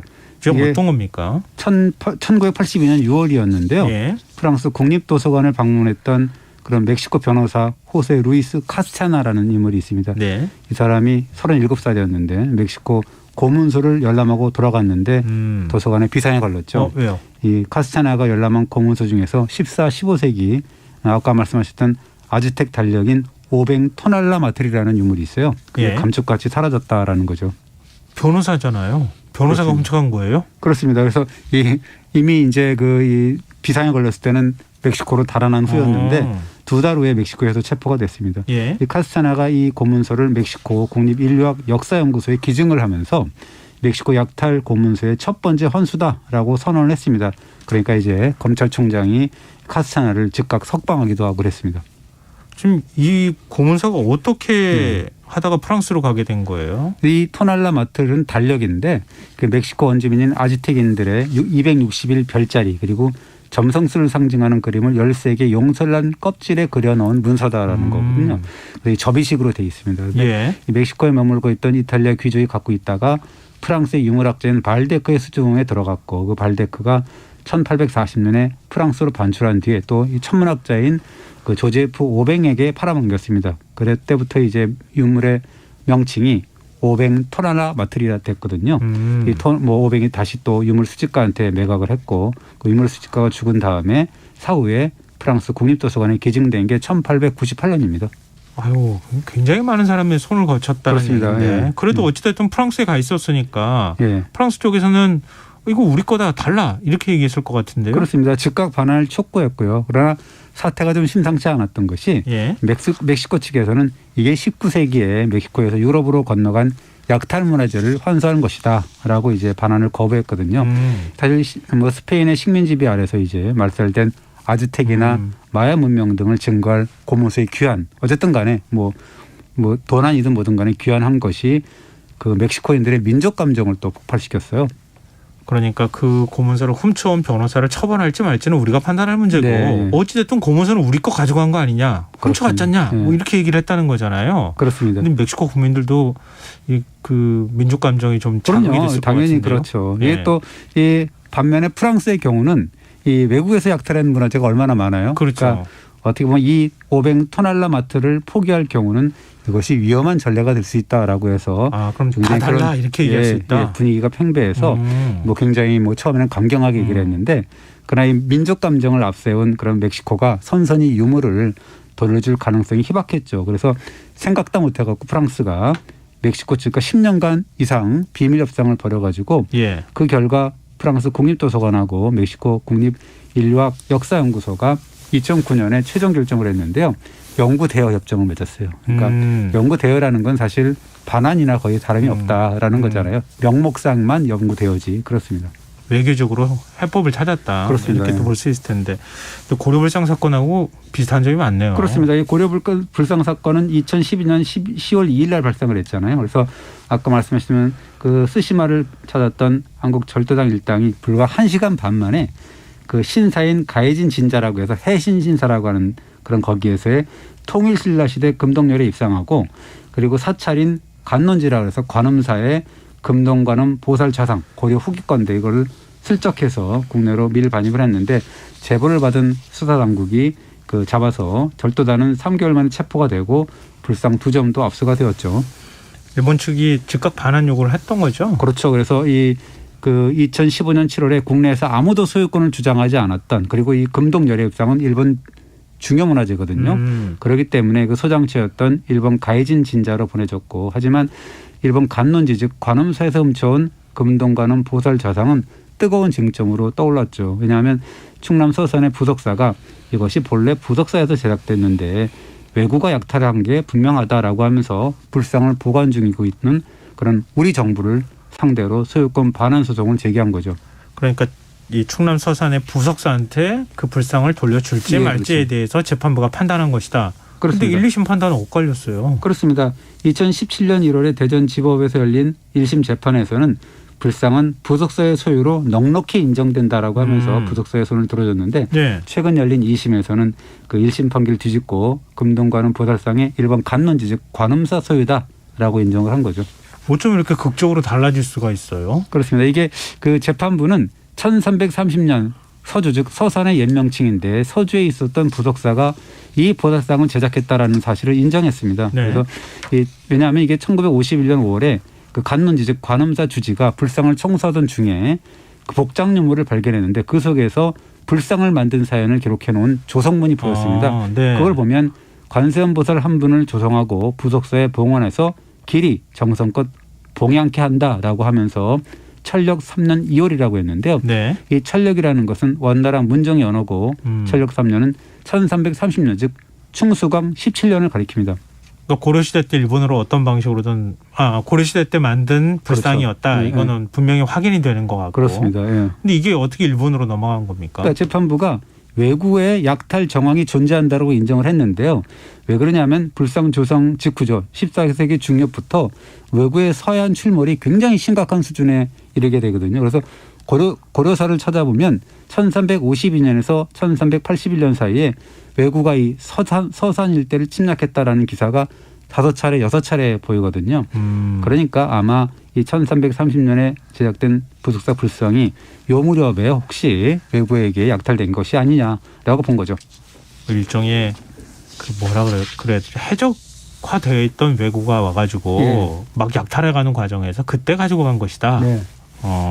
근데 이 분명한 기록이 혹시 남아 있는 게 있습니까? 그러니까요. 그런 뭐 기록은 없어요. 그러니까 이제 외구가 출몰했다는 건 있는데 누가 거기를 어떻게 가져갔다 뭐 이게 없다는 거예요. 그 기록이라도 한 줄 남아 있으면 뭐 서산 부속사에서 불상 하나 훔쳐갔다 이런 식으로 남아 있으면 확실했을 텐데 그런 기록은 없고요. 정황상 그렇다는 거고. 근데 이런 것이 이제 가져갔다라는 것이 국뽕 해석은 아닌 게 일본 학자인 기쿠다케 주니치라는 사람이 있는데 네. 이미 1978년에 대마도의 미술이라는 책에서 그 간론지 즉 스시마 관음사는 외구의 한 집단으로 여겨지는 고노라는 인물이 창간했다라고 이제 얘기를 하면서 예. 이 고노의 일방적인 청구로 고려빌상이 관음사 즉 간론지에 온 것으로 추측된다라고 했는데요.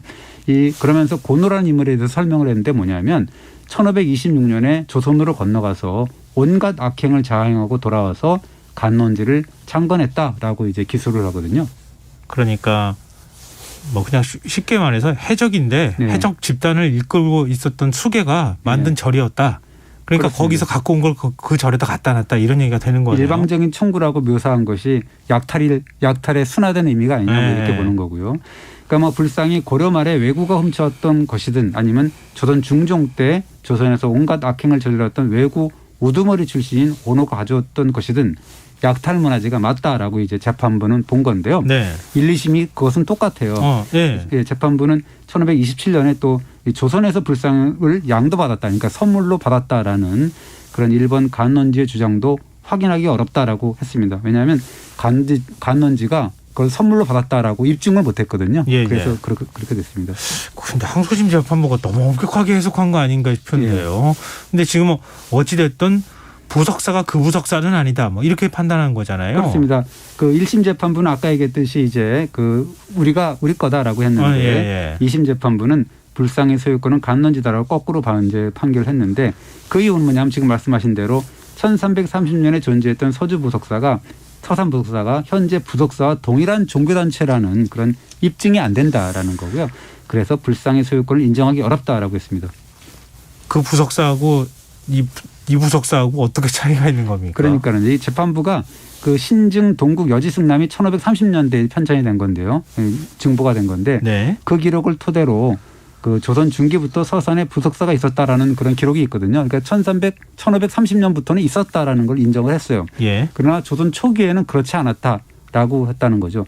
왜냐하면 태종실록이나 그 이 세종실록도 마찬가지인데요.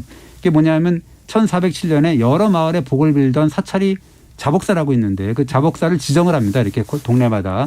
그런데 88곳을 거론했는데 거기에 서산 부석사 이름이 없었다라는 거고요.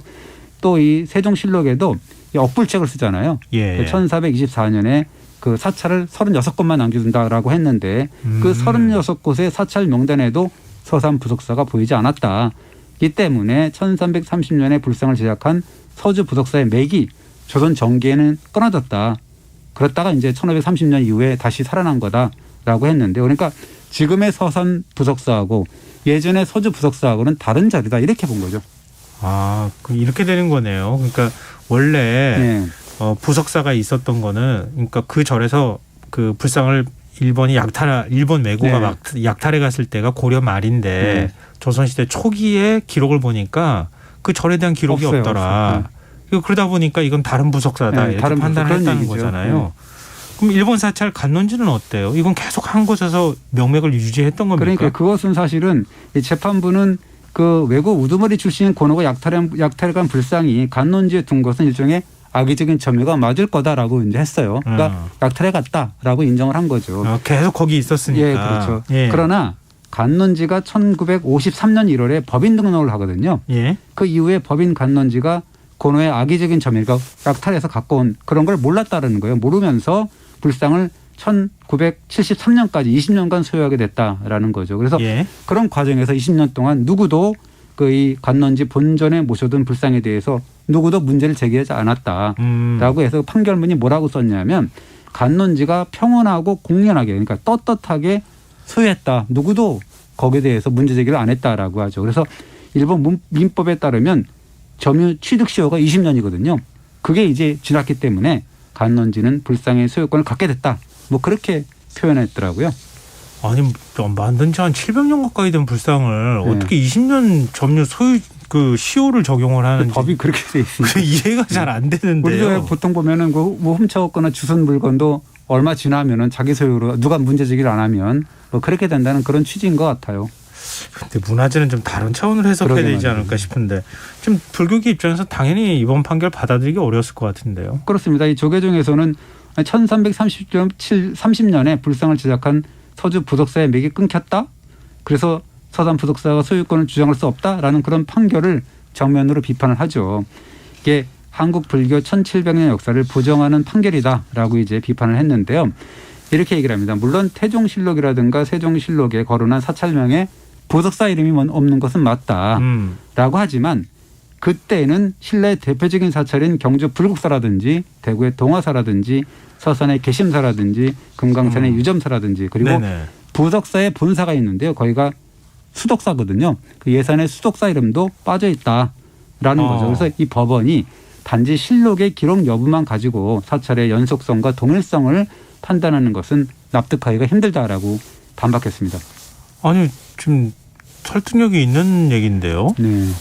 왜 재판부가 이런 식의 판단을 하는지 좀 그러니까요. 그래서 이 불교계에서 얘기하는 건 뭐냐면 현존하는 사찰의 상당수는 몽골 침입이라든가 임진왜란, 병자호란, 한국전쟁 이런 그런 전란을 거치면서 소실되고 그 위에다 복원됐다라는 거죠. 그렇다면 이런 사찰도 부석사처럼 연속성과 동일성을 잃었다는 거냐. 말도 안 된다는 것이 이제 불교계하고 부석사 측의 주장이죠. 그리고 불교계가 2017년에 부석사 경내에 대한 지표조사를 벌였습니다. 문화재가 뭐 있는지, 인물이 뭐 있는지. 그랬더니 고려시대 청자편과 기와편이 출토됐더라. 그것이 지금의 부석사 자리에 고려시대의 사찰이 존재했던 거 아니냐. 그렇다면 그것이 서주 부석사가 아니고 무엇이냐라는 것이 불교계의 주장입니다. 공사이사님께서요. 불상 재료라도 어느 나라 건지 따로 따져 물을 수는 없는 건가요? 너무 답답합니다. 이렇게 얘기해 주셨는데 재료 같은 거 분석하면은 이게 일본에서 당시에 만들었던 불상의 재료들은 어땠고 우리가 당시에 만든 불상은 이랬다. 그런데 이 이렇게. 동산 문화재는 사실은 분석하기가 어려운 게 뜯어야 되잖아요. 불상. 그러니까 그 조각을. 그러니까 쉽지는 않습니다. 그것이 허락을 안 해준다는 거죠. 보통 보면 비파괴 그런 분석으로 많이 하게 되죠. 파괴하지 않는 방식으로. 판결문에 이 불상의 소유권은 일본 관논지였지만 반환은 유네스코 협약 같은 국제법의 취지에 따를 것 뭐 이런 걸 주문했다고 하는데. 예, 그렇습니다.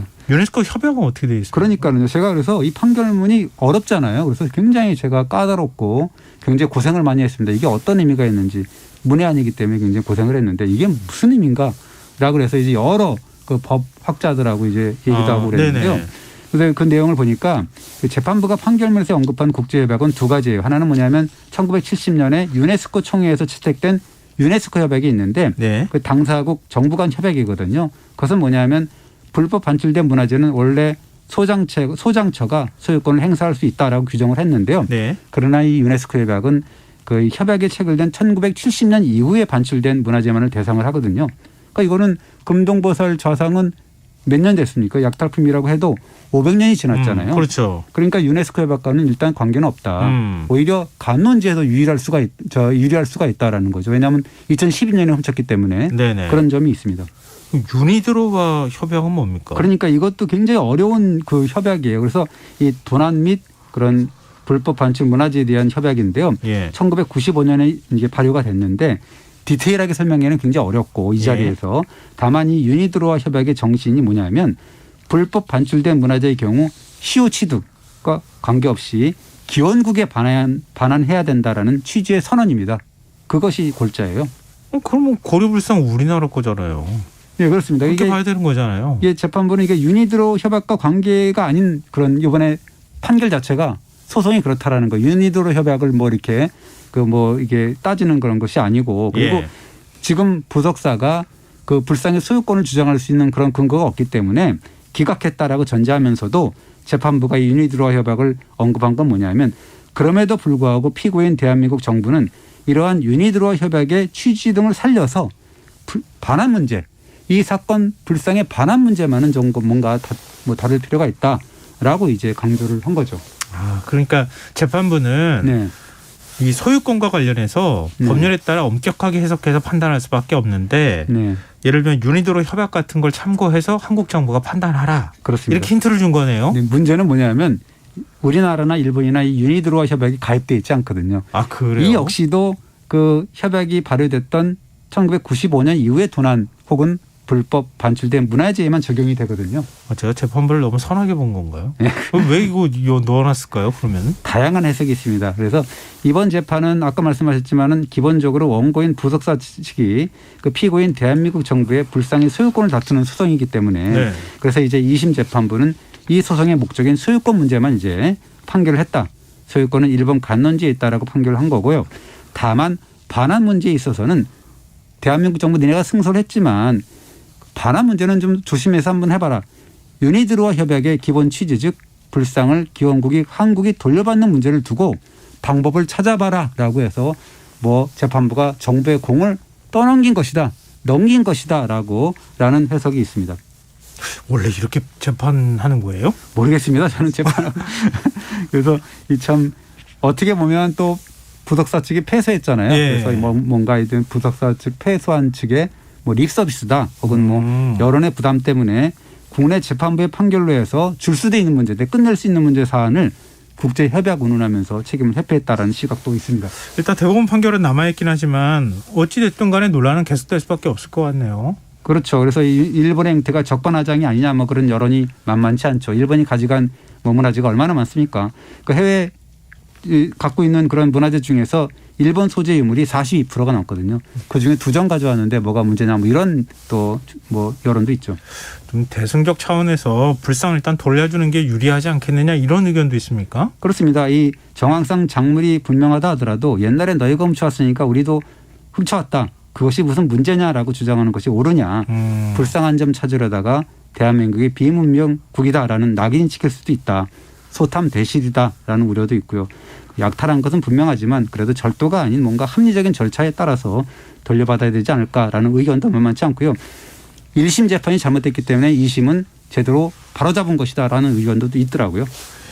500토날 라마는 뭡니까? 라마틀은 아까 그 얘기죠. 얘기했잖아요. 그게 그 아지텍인데요. 예. 아지텍 그 달력인데 그런 사례가 어떻게 참고할 볼 수 있지 않느냐. 장기 대여나 이런 걸로. 예. 그런데 일본이 그간의 작태로 봐갖고 이 500토날라 마틀의 사례를 따를 것 같다? 아니다라는 생각이 들어서요. 그래서 이게 한국 정부의 외교적 능력 뭐 이런 것이 굉장히 좀 귀추가 주목되는 거죠. 한번 좀 해봐라라고 공을 넘겼기 때문에.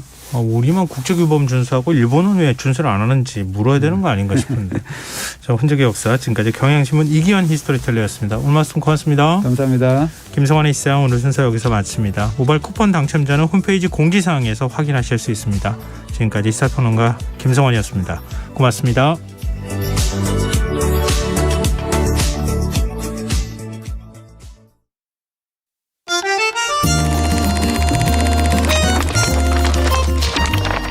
이다혜의 영화관, 정여울의 도서관.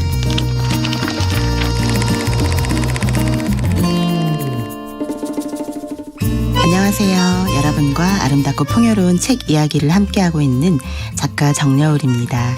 이번 주에는 앙드레지드의 소설 전원교양학과 함께합니다. 목사는 가엾은 맹인 소녀 제르트리드를 가르치는 것이 즐겁습니다. 목사는 그녀가 맹인이라는 이유로 겪고 있는 상처를 최대한 건드리지 않으려고 하지요. 귀로 들을 수 있는 소리의 아름다움을 예찬하는 대신 눈으로 봐야만 알 수 있는 이미지의 아름다움에 대해서는 입을 다뭅니다. 그녀는 목사의 침묵이 지닌 의미를 번개같이 알아차리지요. 왜 목사님은 제게 그런